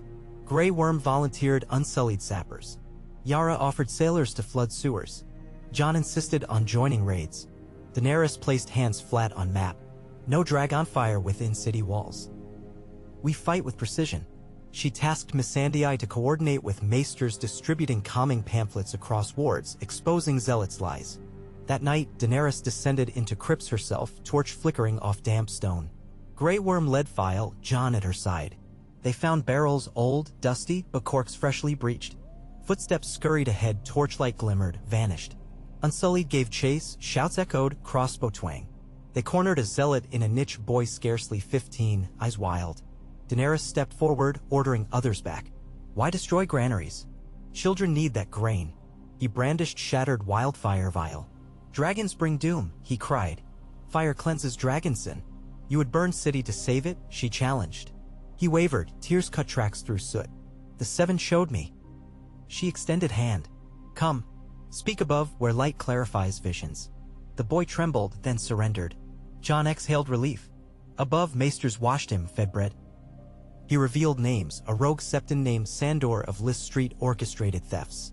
Next night, wardens arrested Sandor in candlelit cellar chanting apocalyptic hymns. With ringleader captured, zealot ranks crumbled. Daenerys chose public trial in the Hall of Voices, Sandor confronted by farmers who lost G. Rain, children who nearly starved. Voices condemned. Yet Daenerys commuted death to labor, rebuilding granaries he helped destroy. Some objected, she stood firm. Justice reforms or cycles, she said. We break cycle. Winter's last gasp dusted rooftops. Flurries twirled amid early plum blossoms as though seasons danced a slow waltz. Wedding day dawned clear. in Godwood transplanted from Winterfell sapling, benches draped with myrtle. Guests gathered, Dornish in vibrant silks, Northmen in fur, Ironborn sporting kraken-embroidered sashes. Dragons soared overhead, releasing gentle plumes of fire that drew gasps but no fear. Daenerys wore a gown of pale silver-blue silk sewn with tiny opals that caught sunlight like morning frost. Her hair braided with northern snowdrop blooms. Jon donned sable velvet trimmed with direwolf silver thread, dragonglass ring gleaming on his sword hand. They met beneath living arch of woven weirwood branches and black leather strips symbolic of dragon wings. Septons and old gods' witnesses blended, a smiling maester recited vows, while a northern elder scattered weirwood leaves. When they spoke promises, protect realm not with fire alone, but with mercy, counsel, and shared sacrifice, the crowd murmured tears and cheers. They sealed union with kiss as Drogon roared overhead, a sound not of fear but benediction. Feast followed, tables bowed under weight of roasted boar stuffed with pomegranates, arbor gold flowed, northern mead warmed chilled bones. Yara challenged Dornish prince to arm wrestle, Tyrion drafted new trade clause on a pie crust, Sansa danced with Orien, their laughter bright, Gendry traded blacksmith secrets with unsullied armorers. Later, Jon and Daenerys slipped to balcony overlooking city bathed in amber lantern glow. He turned her hand over, tracing callus earned from quill and sword alike. Tomorrow we wake as rulers together. We wake as stewards, she corrected. The realm rules our hearts. He smiled. Then our hearts must be strong. She touched his cheek. Together they are. Far below, bells rang wedding peal, echoing through rebuilt streets where bakers handed out honey cakes shaped as half-dragon, half-wolf. Children chased each other and one pointed skyward. Drogon soared alongside two juvenile dragons. Regal's brood hatched months prior, circling city in protective dance. Hope roared with them. Weeks rolled into harmony. New small council formed.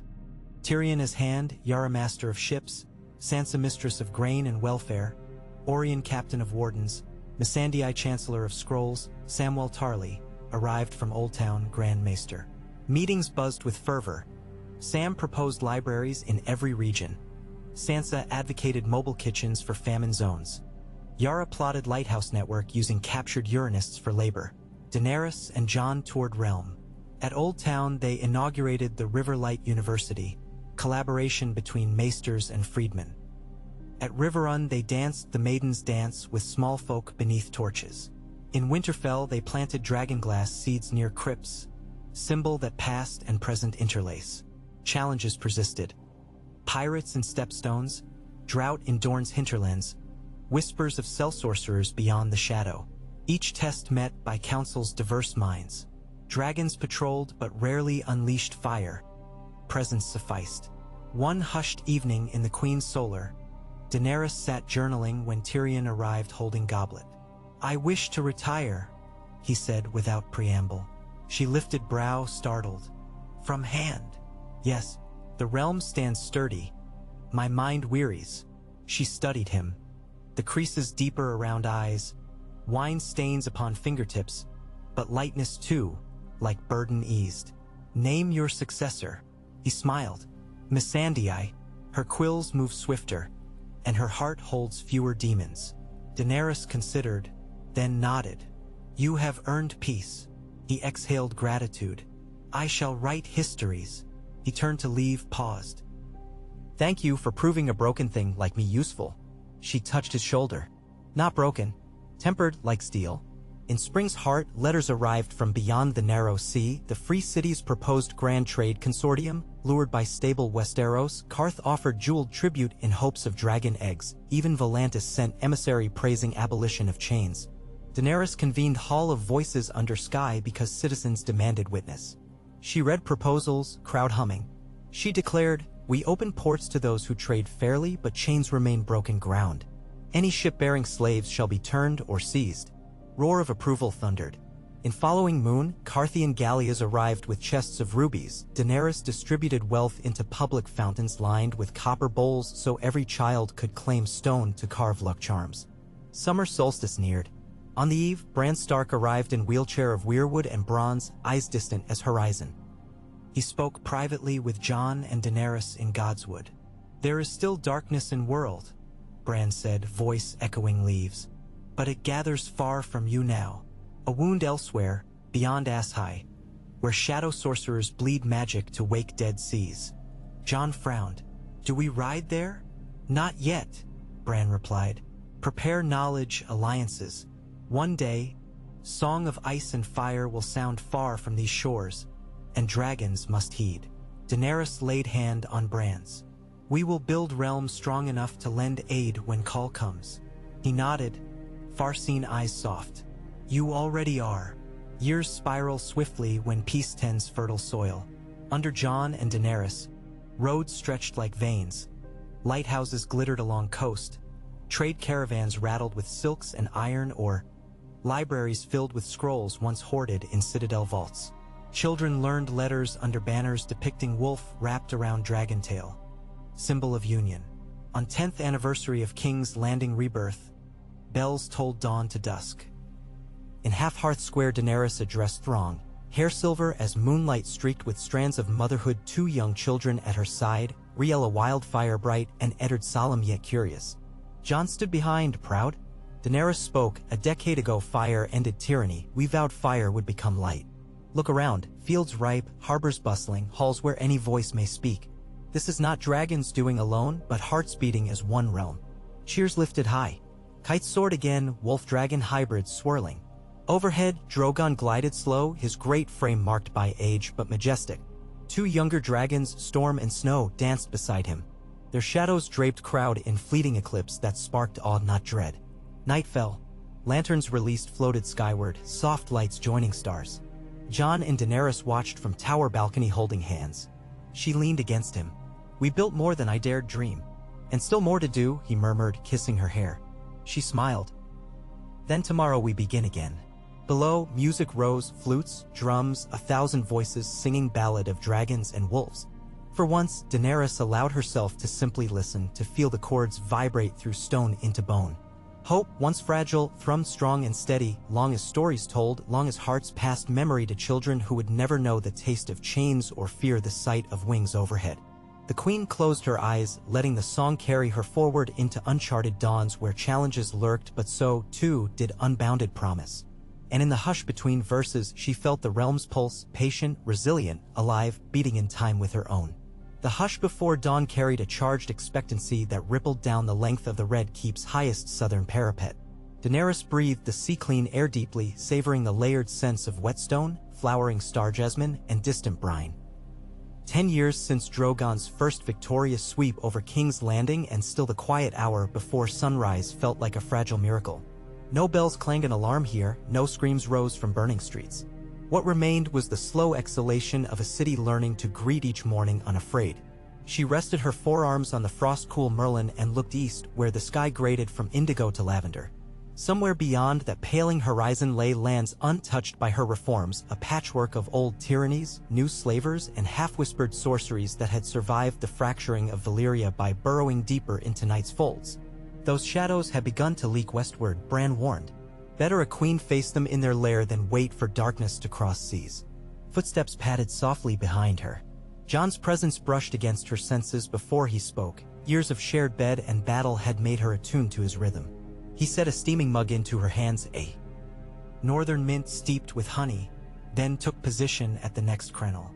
His graying curls fluttered in the breeze. She loved how the silver threads in his hair mirrored the pale new lines at her temples. They had earned them together. Couldn't sleep? He asked, hushed so as not to wake the keep. The wind carried uneasy dreams, she answered, sipping. Bran's warnings weigh heavier when the night is this still. Jon inclined his head. The half-light caught the scar on his eyebrow, a relic of an early warden patrol. I spoke with him again before he left 2 days ago. Says he saw rings of silent fire atop a dead sea.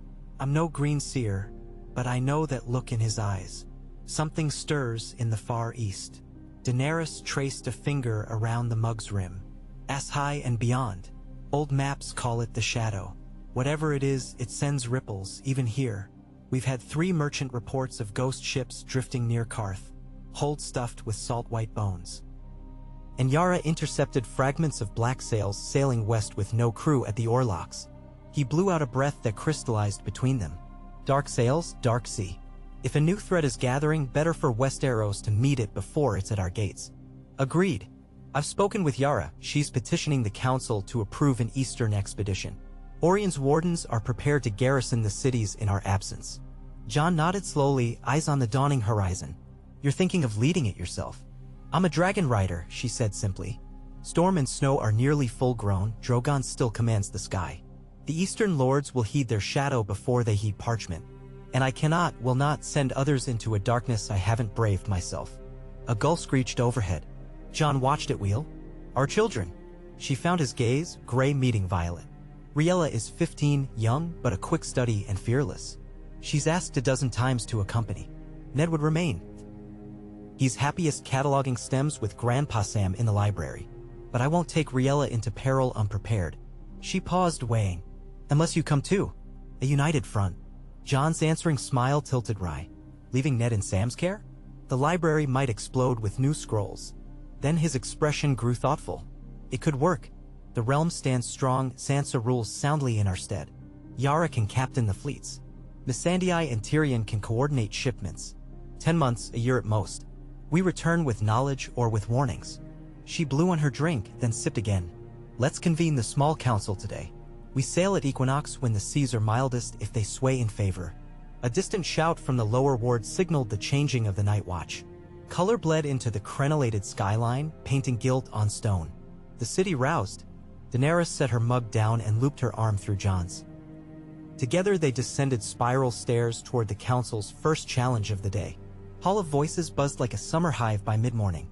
Motes of dust flickered in rising sun rays that slanted through high windows while representatives took their benches, guild masters in leather aprons, septons in white, Sellsword captains beside grain matrons. At the circular table's head sat the queen and king, flanked by Missandei, now handing gold leaf pin, and Tyrion, robed as keeper of coin and chronicler of the realm.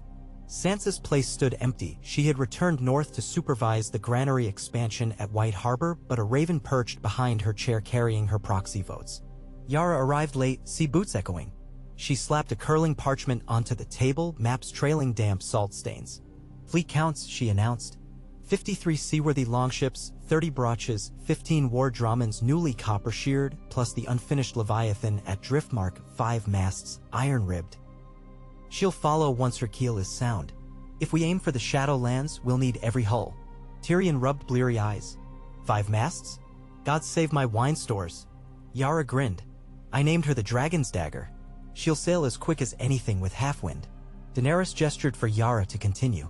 The Ireborn traced routes, Blackwater to Pentos for resupply, then to Karth, skirting Basilisk Isles, hugging the coast of the haunted Shadowlands, journeys where charts dissolved into blank parchment. Beyond that, Yara said, we navigate by star and rumor. Ashai sits at the mouth of a black river, the ash choked by volcanic silt. They say no child laughs there and no crops grow, yet gold flows like water if you know which door to knock. The Wraith market might trade secrets for coin or blood. We'll need coin and courage enough to deny blood. Missandei unfolded her own research. Ashai's rulers, if they have any, never leave the city. They send shadowbinders instead. Masked women in lacquered armor said to command entities wrought from living darkness. Intelligence suggests they've begun stealing young caught on sea lanes, potentially fueling rituals that amplify unseen forces along the ghost seas. A murmur circled benches. Daenerys tapped nails thoughtfully. If these shadowbinders are kidnapping, we intervene. But we go first to gather proof. Jon addressed the house. This council must weigh the risk of absent monarchs and dragons. The threat is nebulous but persistent. We have warnings from Bran, Karth, and our own sailors. If we ignore it, we risk far greater peril in years ahead. Orion clanked a gauntlet on table. Wardens trained and stationed. The realm won't crumble. Ride east, strike the head of the darkness now. Debate whirled an hour. Ultimately, the benches voted, an Eastern task force of fleet, dragons, and a volunteer company of wardens and healers would seek out the source of the shadow threat. Authority invested in Sansa Stark as regent, backed by the council. The expedition would launch at spring equinox 3 moons hence. Messages flew. Sansa's raven returned its ascent, the north stands ready. May fortune favor wings. A second scroll contained a postscript in Arya's swift hand, bring me a mask from Asdai. One that scares even kings. Preparations consumed the winter's tale. Dock carpenters at the Grand Quay worked by torch through sleet, riveting hulls. Old Town's alchemists sealed casks of luminous blue flame, cool burn oils for night signaling at sea. The Wardrobe Guild tailored salt-resistant uniforms trimmed in waxed wolf gray and dragon red, the Queen's crest sewn over left breast. Maesters brewed tinctures against scurvy and plague. And in the dragon pit, Riella trained Storm and Snow, teaching banking turns and dive commands. The young dragon's wingspans already beat a thunderous gust strong enough to tip scaffold boards, much to Mason's delight or dismay, depending on temper. One snowy dusk, Daenerys found her daughter perched atop Storm's folded foreleg, humming. The dragon rumbled content as a mountain cat lulled by spring sun. Riella's silver gold hair whipped around her cheeks. Her eyes mirrored Daenerys's own violet hue. At 15, she was a fusion of her parents. Her mother's affinity for flame, her father's quiet watchfulness. She wore riding leathers, a spear strapped to her back, but the butt grounded for now. She glanced up at Daenerys's approach, cheeks flushed with cold. "I felt you watching," Riella said. "He did too. Storm shares your spirit," Daenerys answered, laying a hand on the dragon's scaled jaw. It flicked a forked tongue, tasting her scent, then closed golden eyes. "He also shares your recklessness." Riella's grin matched firelight. "Recklessness or courage? You once told me dragons need riders willing to leap before they're certain of the sky." Daenerys's mouth lifted in half-smile. "True, and courage, tempered by wisdom, is strength." The girl slid down, boots crunching snow. "Take me with you, mother. I'm no child chasing imaginary war. If there's darkness in the east that steals children, I want to free them. Storm wants to fly." "You've trained well," Daenerys conceded, brushing frost from Riella's brow with a thumb. "A battle is more than sky dances. Ashai's horrors kill without blade. I would not lose you to shadows we barely comprehend." Riella's shoulders squared. "Then teach me everything. Prepare me. If danger claims you and father, who else can ride Storm and Snow home?" Daenerys studied her daughter's earnest fire and saw a reflection of her younger self, standing on a slaver's balcony, yearning to cross a threshold only bravery could open. Love warred with dread, love won, but in concession. "You'll accompany as observer, no combat until I decree readiness." "Agreed." The girl's joyous hug near knocked Daenerys from her boots. "Agreed." 3 moons slid by. On the eve of equinox, King's Landing thronged the docks to see the dragon's dagger christened.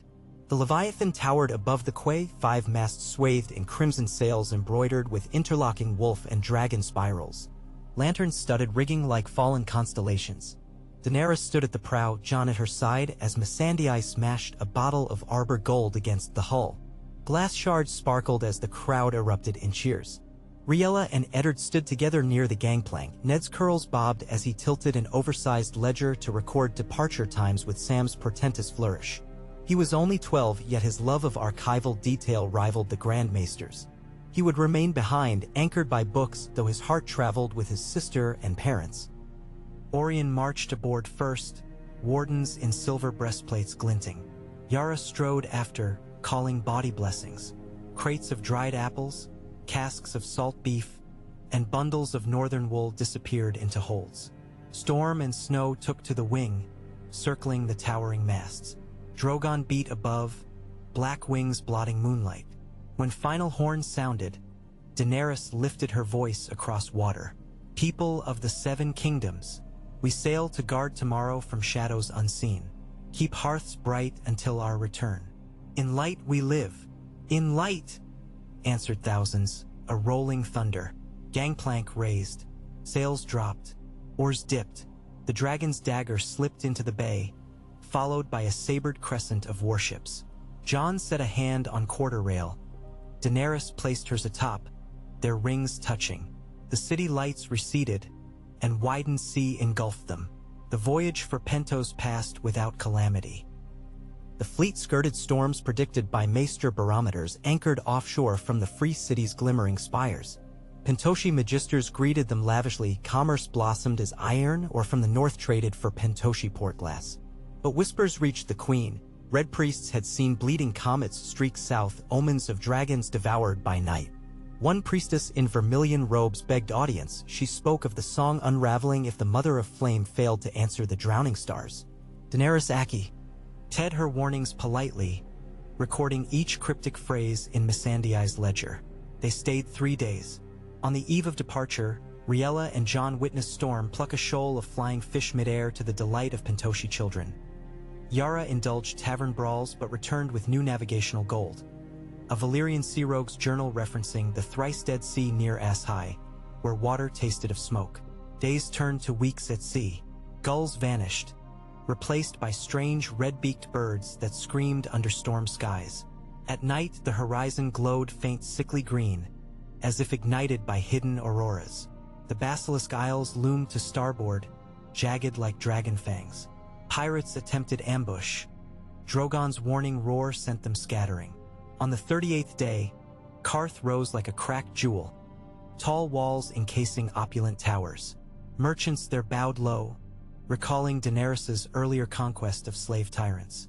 They offered gifts, spices, camphor, Yunkish silk. She traded for horses scented with jasmine oil, presents for Sansa's daughter back home, and for bales of white heliotrope root rumored to guard against shadow magics. Yet Qarthine's sailors spoke of nightmares. Entire crews found ash-white, ice-black pits, saltwater turned to brine so bitter tongues split. Missandei poured over logs while Samwell's apprentice, young Maester Aliquo, chosen for his skill in herb craft, brewed tonics by lantern. Symptoms match exposure to void root toxins, Aliquo concluded. But sea cannot ferment toxins alone, something is spreading them. Leaving Qarth behind, the fleet followed the Jade Gates into deeper east. Charts faded, the sea's shade darkened to near onyx, reflecting slate skies. No dolphins played in the bow wake, only drifting kelp plumes slick with iridescent oil. Riella stood at starboard each dawn, her excitement tempered by solemn observation. She wrote daily notes to Ned, sealed in wax. Ravens carried them backward leg by leg, though beyond Qarth the sky offered few safe aeries. Storms struck without lightning, silent whirlwinds sprouting and collapsing. The fleet kept tight formation, sails reefed. Dragons soared above roiling clouds, their roars cut eerily muted through thickening air. On the 57th day, Lookout shouted, "Wreck off port." The dragon's dagger veered near a drifting hull, a Pentoshi cog charred yet floating. It bore no crew, only ragged crescents rent into planks. Symbols scorched on mast matched none known. They boarded carefully. Yara, Jon, Daenerys, and Riella stepped through splintered doorway into hold. A stench of sulfur and rot thickened. Hull bottom was coated with black sludge, as if tar had liquefied, then rehardened into ribbed stalagmites. Amid sludge lay braided ropes woven from human hair. Jon lifted a loop, it snapped brittle, releasing a faint wail, as though wind whistled through bone. Riella's face went pale. This ship died screaming. Daenerys spotted a mark burned into a beam, two concentric circles swirling opposite directions, forming an eye. She touched it, a chill vibrated up her bones. "Shadowbinders," she whispered. Jon nodded grimly. Ash-Eye's calling card. They lit the hull ablaze, letting Drogon's smallest gout cleanse it. As flames rose, Yara spat into sea. "I've raided for dirts and drakes, but that craft, I'd sooner face the drowned god than what twisted those boards." 3 days later, the water shifted hue, brackish teal streaked with filaments of shimmering gray. Dead fish floated belly up, eyes melted. Aliquo tested the water, it contained volcanic particulates fused with some unknown crystalline shards. "Dead Sea," he murmured. Bran's vision. Columns of basalt jutted, marking coastline. On horizon loomed colossal ruins, towers fused like black candles melted into one another, windows yawning. The fleet anchored half a league offshore. A hush blanketed decks as if waves themselves were terrified. Ash-colored gulls circled but fell dead mid-cry, plummeting. Drogon landed on quarterdeck with thunderous crack. Even he seemed uneasy, scales shivering. Daenerys donned scaled armor, obsidian plates lined with silver thread. Jon strapped long claw across his back. Riella wore lighter leathers, spear in hand. Yara prepared a shore party, 20 wardens, 10 ironborn, 2 maesters with satchels of glowing amber lanterns. Longboats sliced the viscous water. A coppery stench clung to them. They beached on gray sand that crunched like glass underfoot. Whatever color dawn might have carried was dulled, even Drogon's flames burned dim, tinted violet at the edges. Ruined walls of sky reared overhead, smooth basalt blocks fused by unknown forge, eerie in symmetrical decay. No vegetation. No birds. Only wind keened through high arches like a flute of grief. Orion surveyed. If a city can die yet keep its bones upright, this is it. They advanced down a thoroughfare. Shadow shapes skittered at edges. Rats whose fur glimmered translucent, revealing black veins. Riella hissed Storm quiet when he snarled. At crossroads stood a doorless gate framed by reliefs of hooded figures offering bowls to coiling serpents. Missandei, reading old Valyrian glyphs, translated, "To give shadow is to receive eternity." Yara muttered, "Prefer wine." They proceeded into a square dominated by a well. Water inside glowed faint green. Daenerys knelt, staring. Reflections shifted inexplicably, showing inverted stars swirling rather than the square above. A ripple formed. A shape surfaced. A pale child's face with hollow eyes, mouth agape in soundless cry. Riella gasped. Storm flared wings. Jon pulled Daenerys back as the image broke apart into droplets. Footsteps echoed. 8 figures materialized along perimeter. They wore lacquer armor, each plate painted matte black. Masks resembled smiling porcelain, covering faces entirely, eyes slitted. In hands they bore staffs tipped with curved obsidian blades. "Speak," Daenerys called. Her voice reverberated distortingly. One mask parted, revealing lips mottled gray. Flame Queen travels far. She is welcome if she leaves her fire outside. Drogon rumbled. Daenerys stepped forward. "Shadowbinders of Astai? We come in peace, seeking dialogue about attacks on ships and abducted souls." Another voice, female yet metallic, "Ships drift where tide takes them, souls likewise. We bind only what volunteers." Jon frowned. "Captive corpses volunteer?" Thin laughter. "They are beyond complaint." Daenerys' temper flickered. "Release the stolen dead. Cease the poison spreading west or face wrath of dragons." Masks tilted like curious birds. "Wrath feasts well but leaves bones. Come, witness our heart. Decide then." Jon's grip on Daenerys' elbow tightened. She met his gaze, wary but resolute. "Very well," she told the binders. "Lead." They followed through vaulted tunnel into subterranean depth. Air thickened with sulfur and incense. Glowstones embedded in walls pulsed faint. Far below, cavern widened into colossal chamber. Central pit yawned incandescent green, the ash river's mouth molten with luminescent algae fed by volcanic heat. Suspended by iron chains above churning current hung black glass monoliths engraved with the twin spiraling eye symbol. Through cracks in stone leaked smog swirling upward into vents. Atop a platform stood a figure taller than others, mask adorned with jagged crystal shards. It extended arms. Voice resonated. "I am Yeku the Void Caller. We siphon the broken fire of the world, forging silence to quell its ceaseless screams. Your seas teem with ambition, ours with sorrow. We must equalize, else chaos devours all." Daenerys stepped forward. "Balance built on stolen lives is no balance. You rupture seas, spread toxins. End this." Yeku's mask glinted. "Trade then, your dragon's fire for our cessation.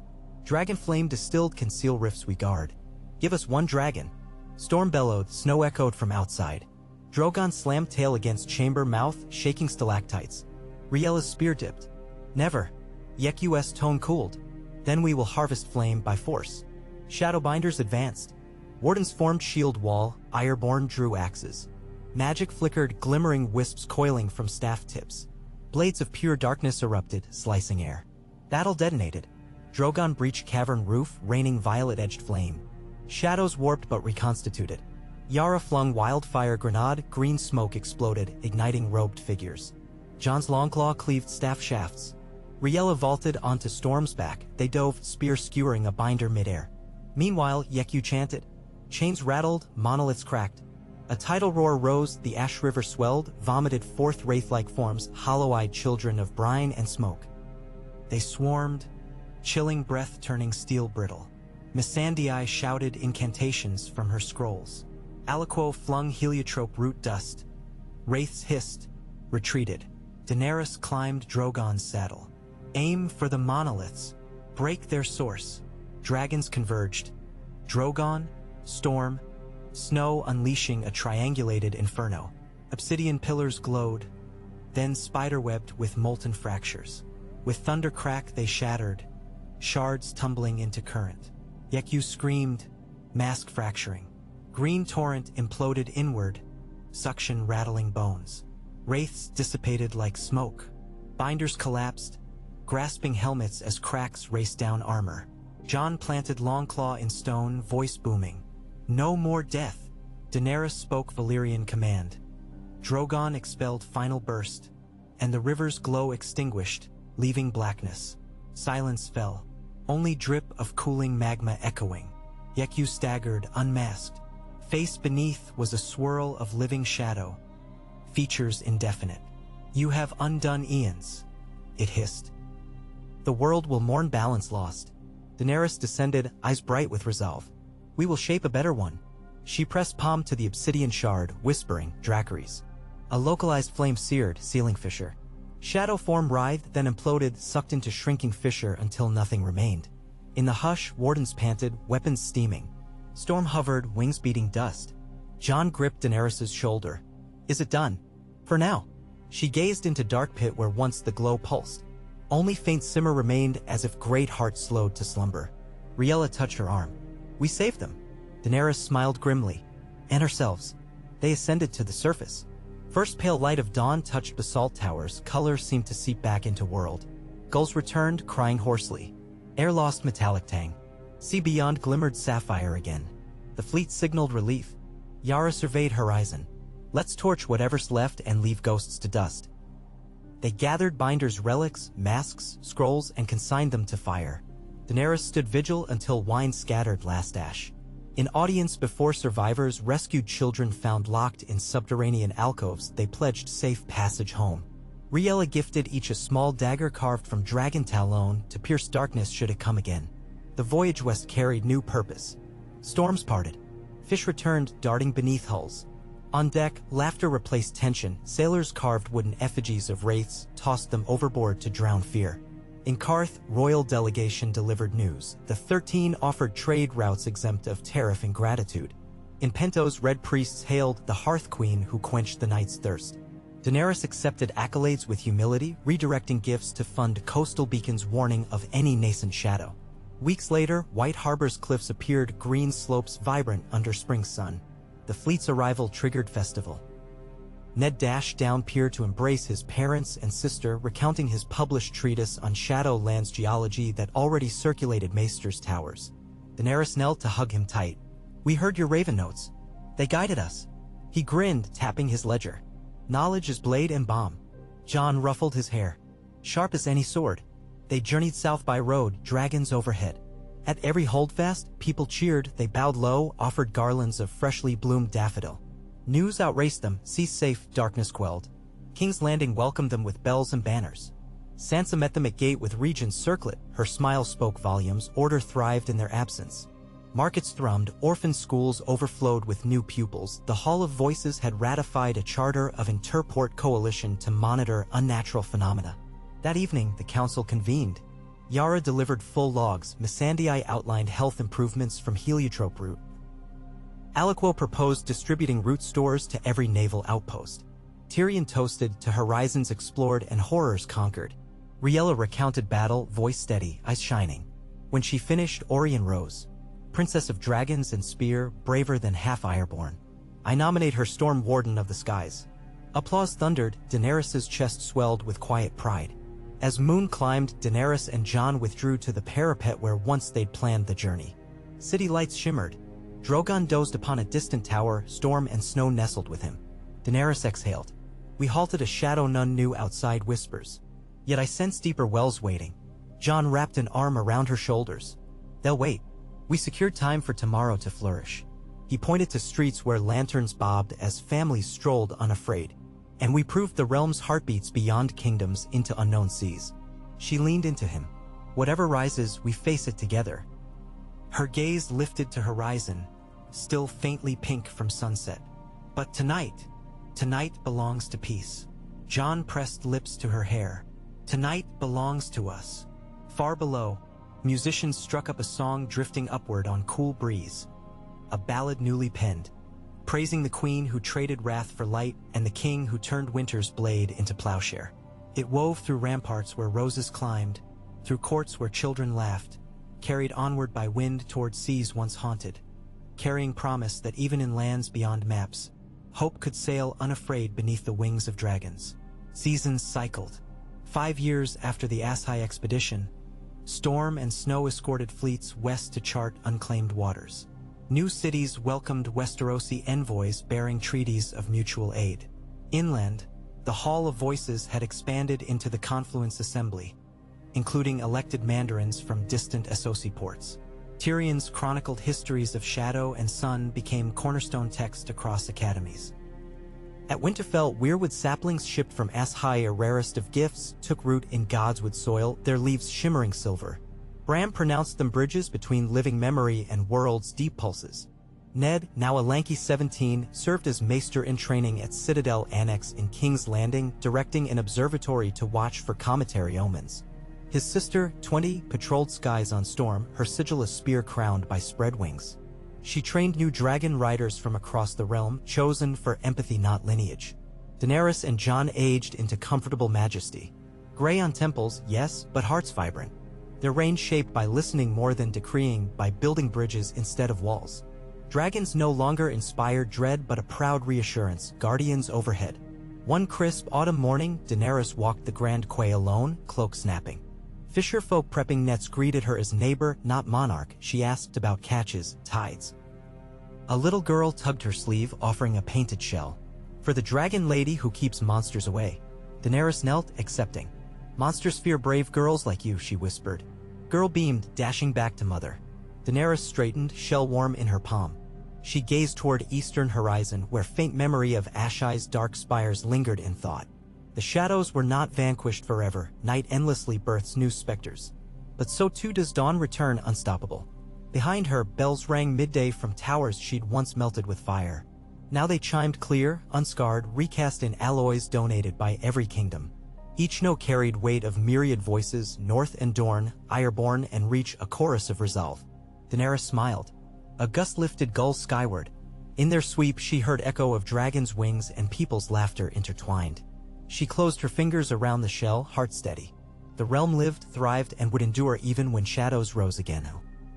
For it was a realm forged not by conquest's singular flame, but by the many lights of countless souls bound together, daring to dream beyond fear. And that, she knew with bone-deep certainty, was a song no darkness could silence. Rhaella Targaryen shouldered her weather-stained cloak as the dusk wind rolled off the sunset sea, carrying brine and the hiss of kelp fronds colliding like distant cymbals. She stood upon the quarterdeck of the Starsinger, a svelte, copper-keeled carrack, and watched lamplight flicker across a flotilla drawn into crescent formation behind her. The Starsinger's veins bore a familiar emblem, 3 dragons entwined around a stylized spear. But 23 years had throttled that symbol from a fledgling rebellion into the crest of a realm confident enough to chase horizons most men still believed marked the world's abrupt end. Darkness gathered above until it devoured the last tinge of orange, stars pricked open. Each one looked like an eye, curious whether her gamble would succeed or break her upon reefs no chart yet inked. She exhaled, sending a plume of white vapor across the polished deck. The cold was sharper here than anywhere east of the arbor, a wintry tang that tasted of iron and salt together, as though some submerged or vein whispered threats through every wave. Below, sailors gripped oarlocks, knuckles bone-pale. Most were Reach men who had only ever dreamt of the far coast they farmed facing. Now they were rowing into its devouring mystery. There were also Ironborn, proud of the fact that even they had never raided this unknown. And wardens in dove-gray brigandine, sworn to protect life first, treasure not at all. Rhaella's lieutenant approached, cloak snapping. Ser Janna Manderly, once a shy stablehand plucked from White Harbor, had proven deadlier than any knight who scoffed at the idea of a woman wielding a great sword. She saluted with 2 fingers to brow. Soundings hold at 30 fathoms, Janna reported. The seafloor rises ahead. Could be shoals. Could be land, Rhaella countered. Have the lead casts doubled until dawn? Aye, Storm Warden. Janna's eyes sparked at the title, then she tilted her head skyward. Storm's restless tonight. High overhead, dragons circled, Storm, a silver-blue colossus whose wings spanned half the carrack's length, and his younger siblings, Castor and Helia, hatched from Snow's final clutch. Storm had flown with her since youth, now 30 years old, his scales had grown translucent at their edges, catching starlight like polished glass. Castor swooped low, curious. Helia answered with a trill. Easy, Rhaella muttered, patting the hilt of her spear where a whistle device hung. Dragons heard heartbeats across valleys, they surely felt her pulse quicken. She breathed slower, steadying. Behind her, the sunset sea spread like an ink-black hide. Home lay more than 800 circles of moonrise eastward. Atop the Red Keep, Rhaella's mother and father, Daenerys and Jon, would be pacing the Sky Garden balcony.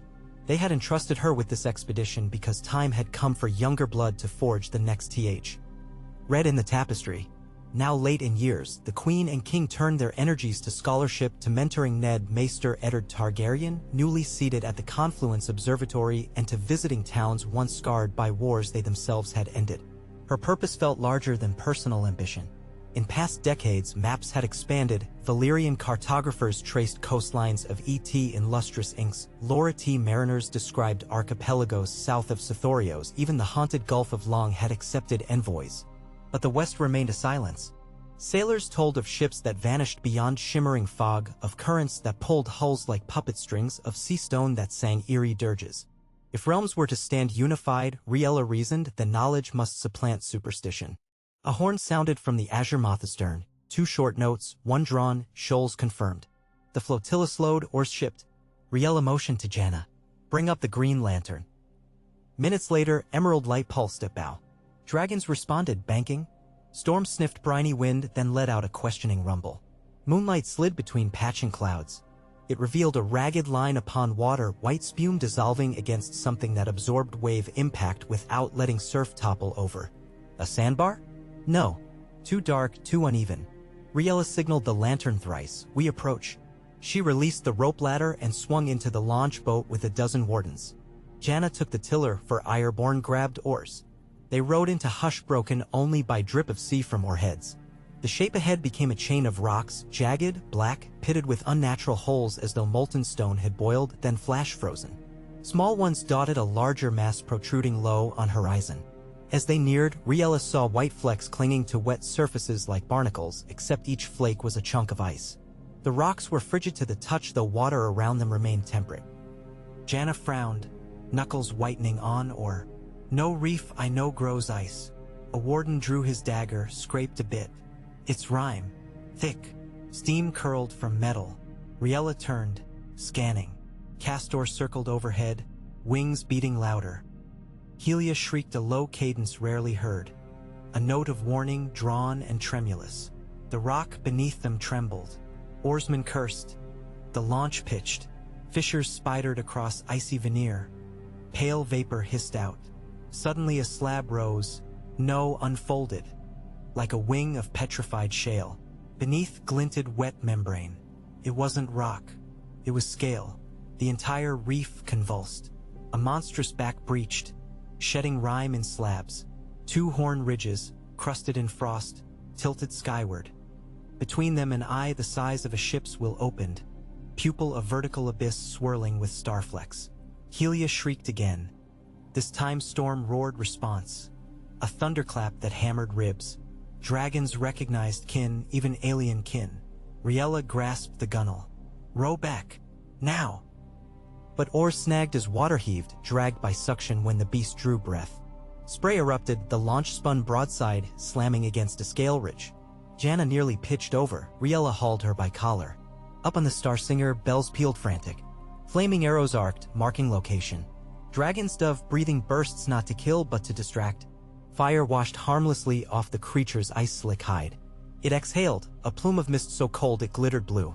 Frost crystals cascaded onto the launch, numbing skin through leather. Riella fought chattering teeth. The creature's eye fixed on her, ancient and mournful. Something passed into her mind, not words, more like the groan of glaciers twisting under their own titanic weight. She sensed a question. Why do you disturb the last sleep? She could not answer with voice, lungs frozen. Instead, she pressed palm to her heart. The great eye flickered as though wind rippled across still water. Then lids closed slowly. The creature lowered. Waves sloshed over the launch. It sank until only ice-flecked peaks remained, blending once more into seam of sea and night. Warmth crept back into Riella's limbs.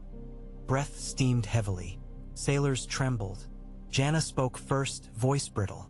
A dragon of the deep? Something older, Riella rasped, staring at water smoothing in the beast's wake. A frozen seraph. The free cities speak of them in creation myths. They sleep in western gloom until seas warm. And we just knocked on its door. Riella gave a shaky laugh bordering on delirious. At least it didn't bite. 2 hours later, gray dawn filtered through haze. The flotilla anchored half a league farther back while maesters attended frostbite. Riella paced her cabin, quill scratching across parchment. She sketched the creature's eye, annotated ridges, extrapolated length, easily thrice drogons. If more such creatures slumbered, the expedition risked calamity with each nautical mile. Yet turning back felt premature, knowledge demanded persistence beyond fright. A soft rap, Maester Aliquo stepped in, carrying a shallow wooden tray filled with hoarfrost scraped from her goggles. Tested this, he said, contains mineral admixture not present in Eastwatch ice. Trace metals, 2 palladium, bits of star metal. Star metal? Riella looked up. Are meteorites? Possibly. Aliquo set tray down. Could be residue from long-dead cometary debris. Might hint these leviathans migrate through pockets of cosmic or resting on seabed. And if star metal abounds here, forging could revolutionize medicine, armory, astronomy. Riella tapped pen. If we don't freeze collecting it. Janna entered next, bearing the latest lead cast charts. We're skirting a plateau, depth fell to 10 fathoms, then rose again. Landmass maybe. She hesitated. And there's this. She unfurled a soaked scrap. A pennant of coarse plant fiber, inky seal depicting a tree with 9 roots crossed by stylized sea serpents. Found adrift in weed beds. Riella examined threads, fresh dye, not ancient. A culture out here? Janna nodded. Proves land is near. 3 days sailed in search. The sky remained moody, sun appeared as blur behind milky cloud. Water changed tint from navy to dark emerald and thickened with ribbons of red algae that clotted bobbing driftwood. Storm nosed patches suspiciously, each new smell seemed to weigh heavier on him, but he pressed on for her sake.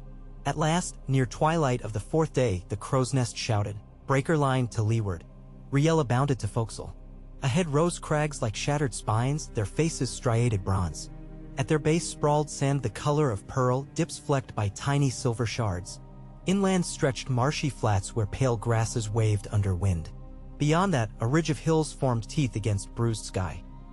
More striking were the specks of smoke curling from within a copse of drooping trees near the largest cove.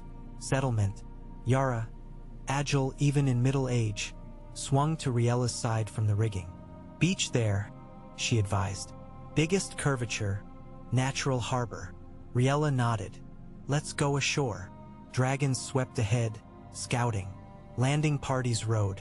Sand crunched like ground crystal under boots. Storm crouched, nostrils flaring. He rumbled softly, not aggression but caution. They advanced toward smoke. 15 wardens, 5 ironborn archers, Aliquo, and 2 scribes carrying wax tablets followed. Spears rested haft up. Bows were strung but unknocked. In the grove, they halted at the edge of a clearing. Huts, dozens, crouched beneath canopies of wood woven with bone. Walls curved elegantly like shells. Small fires flickered inside pit hearths. Yet the village was empty. No children ran, no livestock bleated. Only charred footprints in damp soil. Along a central avenue, twisted corpses lay contorted, skin chalk-white, mouths wide. Eyes hollowed, drained of fluid. Some still clutched obsidian-tipped spears identical to the ones found by Ironborn along the driftwood a day earlier. Jenna whispered they were alive recently. Aliquo knelt, probed a body's shoulder with gloved finger. Flesh collapsed like desiccated fruit. He sniffed, eyes watered. Salt drawn out, as if blood boiled inwards. Riella's stomach churned. The frozen seraph? Another power? A clatter made them whirl, an obsidian arrow clanged off Storm's foreleg, skittering across shale. Storm snarled, wings spreading. Wardens formed shield crescent. Figures loped from shadows, tall, gaunt, dressed in layered kelp armor. Masks carved from fishbone concealed lower faces, leaving eyes glinting amber.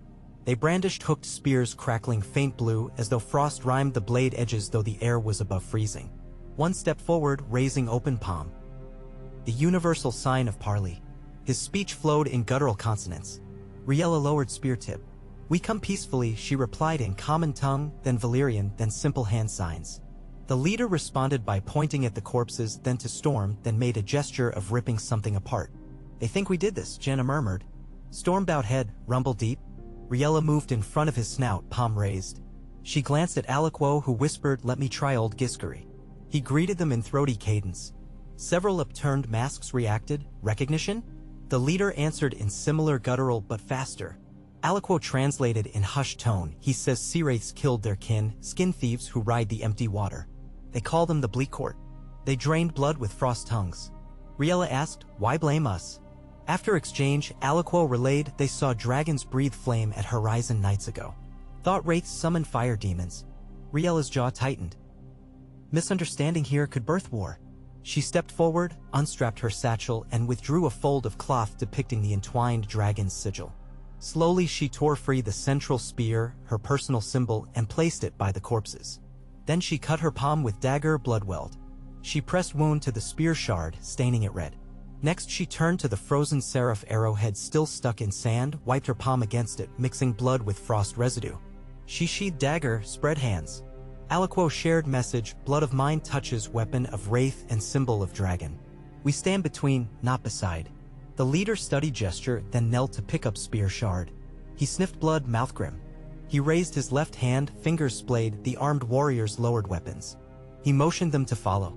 The path wound through dunes into a hidden ravine lush with fern-like vegetation. Hot springs bubbled, scent of sulfur mingling with brine. At bottom lay a cave mouth rimed in white crystals. They were led inside, torches lit with pungent resin. Walls shimmered with mineral deposits, but deeper strata entranced, star-shaped metallic nodules embedded in rock identical to the star metal dust from frozen seraph. The passage opened into a rotunda where an obelisk stood half stone, half living ice pulsing gentle cobalt light. Around it circled carvings of dragons and serpents locked in swirling chase, merging until forms blurred. Their guide removed his mask, a woman, not man, cheeks webbed by silver scars that glowed faintly. She touched chest. "Veilora," she said, then pointed to Riella. Riella came the answer. Veilora gestured at obelisk, uttered rhythmic phrase. Aliquo listened carefully. "I believe she calls this the Heartfrost. They farm it. Claims Bleak Court wants Heartfrost to extinguish stormfire of dragons." Riella approached obelisk, air frigid. Within swirling layers she saw wisps drifting like captured breath. Visions flickered, an ancient sea boiling with magma, leviathans of crystal, and ice birthing storms. Dragons soared above but were smaller, younger. Wars fought beyond memory, ended by treaty carved into ice and flame. A pulse and she reeled back. Storm outside roared, Castor and Helia responded.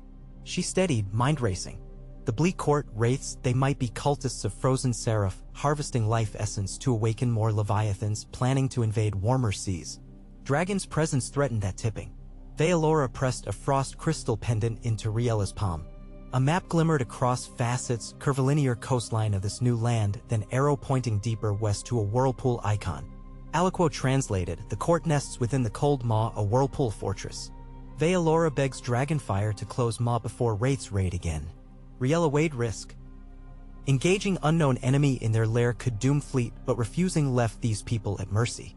She recalled parents' counsel, power is best wielded for those who lack it. She looked at Veilora. We help. Preparations consumed half a moon.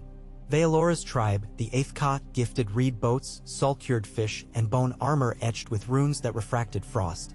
Janna drilled Ironborn and Wardens in spear formations suited for slick surfaces. Aliquo collected frost crystals to test for curative properties. Castor and Helia learned to roll mid-dive through harsh downdrafts born of colliding warm and cold currents. Storm practiced exhaling bursts of superheated flame aimed not at enemies but at swirling air pockets. This created shockwaves, shifting wind patterns, and adaptation possibly vital for entering the cold maw. The flotilla advanced 3 days along jagged archipelagos. Each night, pillars of bluish aurora danced overhead. Veilora explained they were songs emitted by the maw guiding wraiths home. Finally they reached it, a maelstrom 2 miles across, water turning counterclockwise with brutal slowness. At Aya Vortex rose a spiral island, ice and basalt fused.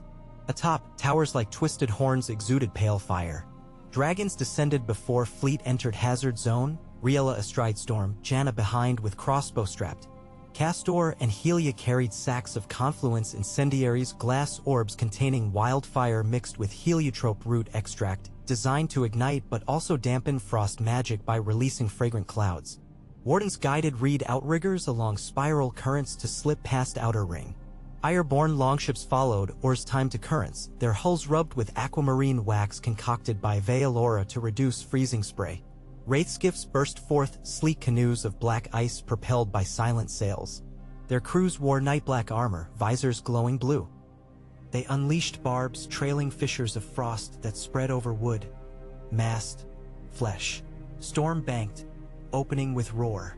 Flame met frost mid-air, vaporizing into steaming mist. Castor dropped incendiaries. Green-gold fire hissed across deck of first skiff, releasing heliotrope fumes that made frost veins recede. Helia strafed second skiff. Sailors dove into whirlpool. Yet dozens more emerged, each wave chanting ululating hum that vibrated bone marrow. Frost began forming lances massive as war horses hurled skyward, threatening dragons. Storm twisted, but one lance nicked membrane, tearing gash. He faltered. Riella clung, heart pounding. She whistled emergency tone. Castor dove, shielding Storm until clawing higher. Wardens reached outer rampart. They scaled slope of glazed obsidian. At summit, the bleak court unleashed foot soldiers, pallid warriors wielding halberds of ice. Janna led charge, greatsword nightwave cleaving halberd halves. Wildfire bombs detonated, carving tunnels of melting glaze into the fortress wall. Inside, corridors chilled breath into crystal dust. In central chamber, a massive shard of heartfrost pulsed like frozen star. Tubes of void glass siphoned bluish vapor from its core, funneling down conduits toward sea vents, feeding leviathans beneath. Riella, bleeding from a shoulder cut, burst through arch-wraith hierophants floated inches above floor, cloaked in tattered robes. One turned, skull-visage mask parted, exhaling supercooled mist that crystallized her tears upon cheeks. She planted spear but bellowed draconic command. Above, dragons echoed sound waves shattered ice pylons. She hurled spear, tip crackled with wildfire residue. Pierced shard. The heartfrost shrieked, an inhuman note that made stones writhe. Fissures erupted. Light flared blinding violet. Storm rammed through ceiling, flames flooding. Helia and Castor followed, their combined exhalations forging thermal vortex spiraling downward. Ice melted into torrents, rushing along conduits in reverse, pouring scalding runoff onto lower sanctums. Wraiths wailed, bodies sublimating into vapor. Riella signaled retreat. Wardens smashed final conduits, then ran. Janna yanked her queen through collapsing archway seconds before roof caved. They scrambled along causeway now splitting under seismic shutters. Storm landed adjacent, Riella vaulted into saddle, Janna onto Castor. Helia scooped two injured sailors, dragons beat wings for altitude. Below, the cold maw's vortex reversed, spiraling outward, fortress began to slough into sea, spires snapping. Distant leviathan shapes breached and dove, thrashing as their energy supply failed. A final roar, mixture of defiance and freedom, echoed before they sank into abyss. The maelstrom flattened, sea turning glassy. Dead calm consumed horizon. Aftermath burned pink across sky. Dragons settled on a drifting iceberg calved from fortress remains. Wardens tallied losses. 11 dead, 19 wounded. Vealora's reed boats circled, survivors chanting mournful but triumphant hymn. She bowed to Riella, pressing forehead to ice. Riella dismounted, wincing at shoulder wound. She helped Storm lower his torn wing, aliquot stitched membrane with sinew thread coated in healing salve. She gazed west beyond still sea where sun lingered as swollen ruby. Nothing but open water stretched. The bleak court's domain lay broken. Frozen seraphs might resume slumber, but how many more dangers lurked across uncharted oceans? Janna approached, night waves slung across back. The eye shines no more, she said, nodding at vanished whirlpool. We've saved these folk, and we carry star metal or enough to study for decades. Riella brushed ice from gauntlet. We carry a message, too. That cooperation between dragon and spear can quell nightmares. Helia soared overhead, trailing dawn-lit vapor. Riella whistled, Helia looped, releasing a jubilant roar that rolled across Comsea. She faced Vealora, who now stood with tribal elders gathered on ice. Riella gestured toward Rising Sun. Come east, she invited in halting 8th Khafre's aliquot taught her. Share counsel. Trade peace. Vealora replied, words gusting like surf, east wind once feared. Now we sail behind it.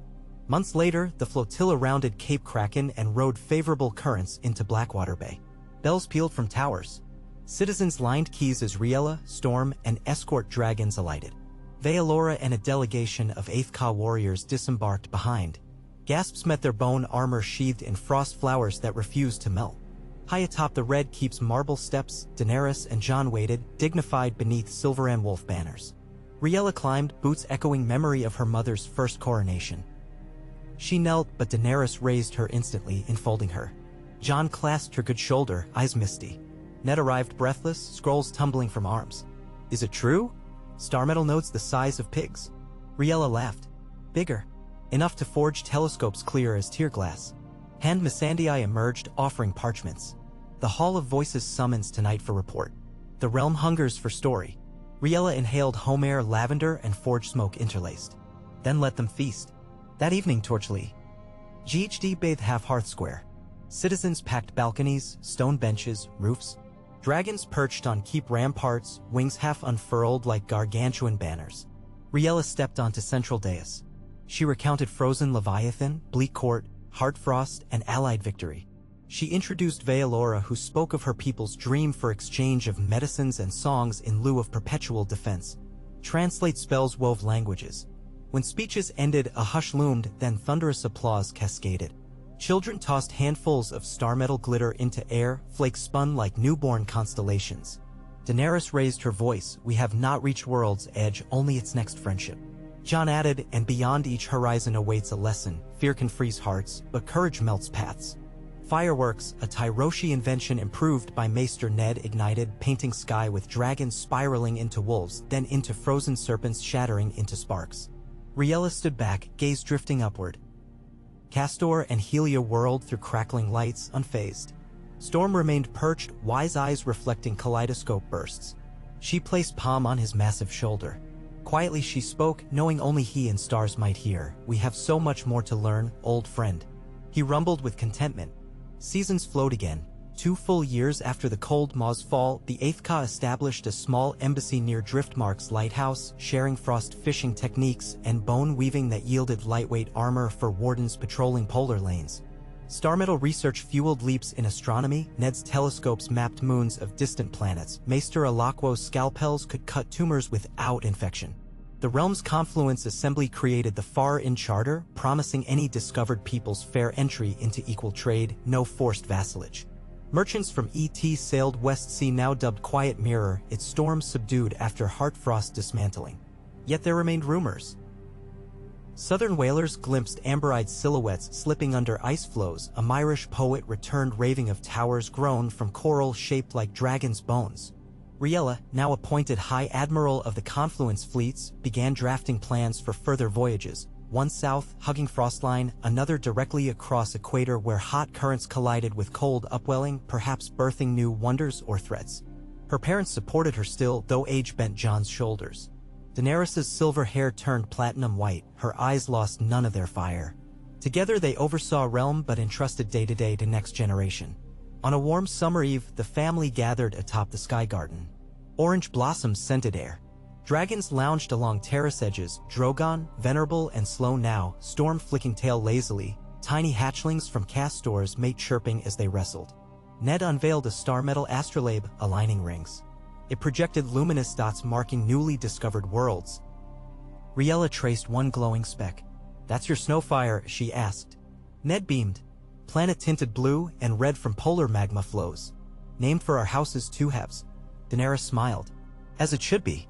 Jon watched sky redden as sun lowered. All my life I feared west was emptiness. Yet you found fullness. Riella shrugged. Emptiness begs to be filled. We simply listened. They stood together, silhouettes against skyline of towers new and ancient. In distance, bells told shift change, but softly, harmonious. City lights bloomed. Daenerys inhaled. Remember the night after King's Landing burned, Jon? I told you peace feels like a seed in ash. Look what it's grown. Jon squeezed her hand. World's tallest oak. Below, streets thrummed with laughter, trade chatter, lullabies. Sailors from Eighth Ka whistled sea hymns while Dornish minstrels answered with reed pipes. The world had become an orchestra where each new instrument added depth. Some notes still discordant, yes. But composers listened now. Riella tucked hair behind ear, gaze distant. I'll sail again soon south this time. Reports from Jane's Sea tell of floating citadel of vines. But before I go, I want to host the first Confluence Games, contests of sailing, archery, dragon aerobatics, frost-raft racing. Let peoples meet one another in sport. Jon laughed deep.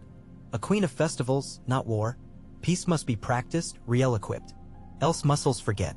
When night deepened, they parted. Riella remained leaning on marble balustrade. Helia glided to perch beside, dropping a seashell white as bone but hollowed into flute shape. Riella lifted it to lips, blew. The note resonated pure, haunting, reminiscent of Wraith's ululation yet mournful, healed. Storm answered with soft rumble. Stars spread overhead. She considered the creature sleeping beneath sunset sea, guardian of cosmic ore, and wondered whether it dreamed of drifting starlight or of dragonfire singing on distant tides. She whispered to heavens, I will disturb no more sleeps, but I will ask gentle questions and promise gentler answers. The night accepted vow, carrying it on salt breeze over ramparts, across bays, onto ocean's skin, where waves etched promise into moonlit ridges. Somewhere far beyond horizon, new shores waited, listening.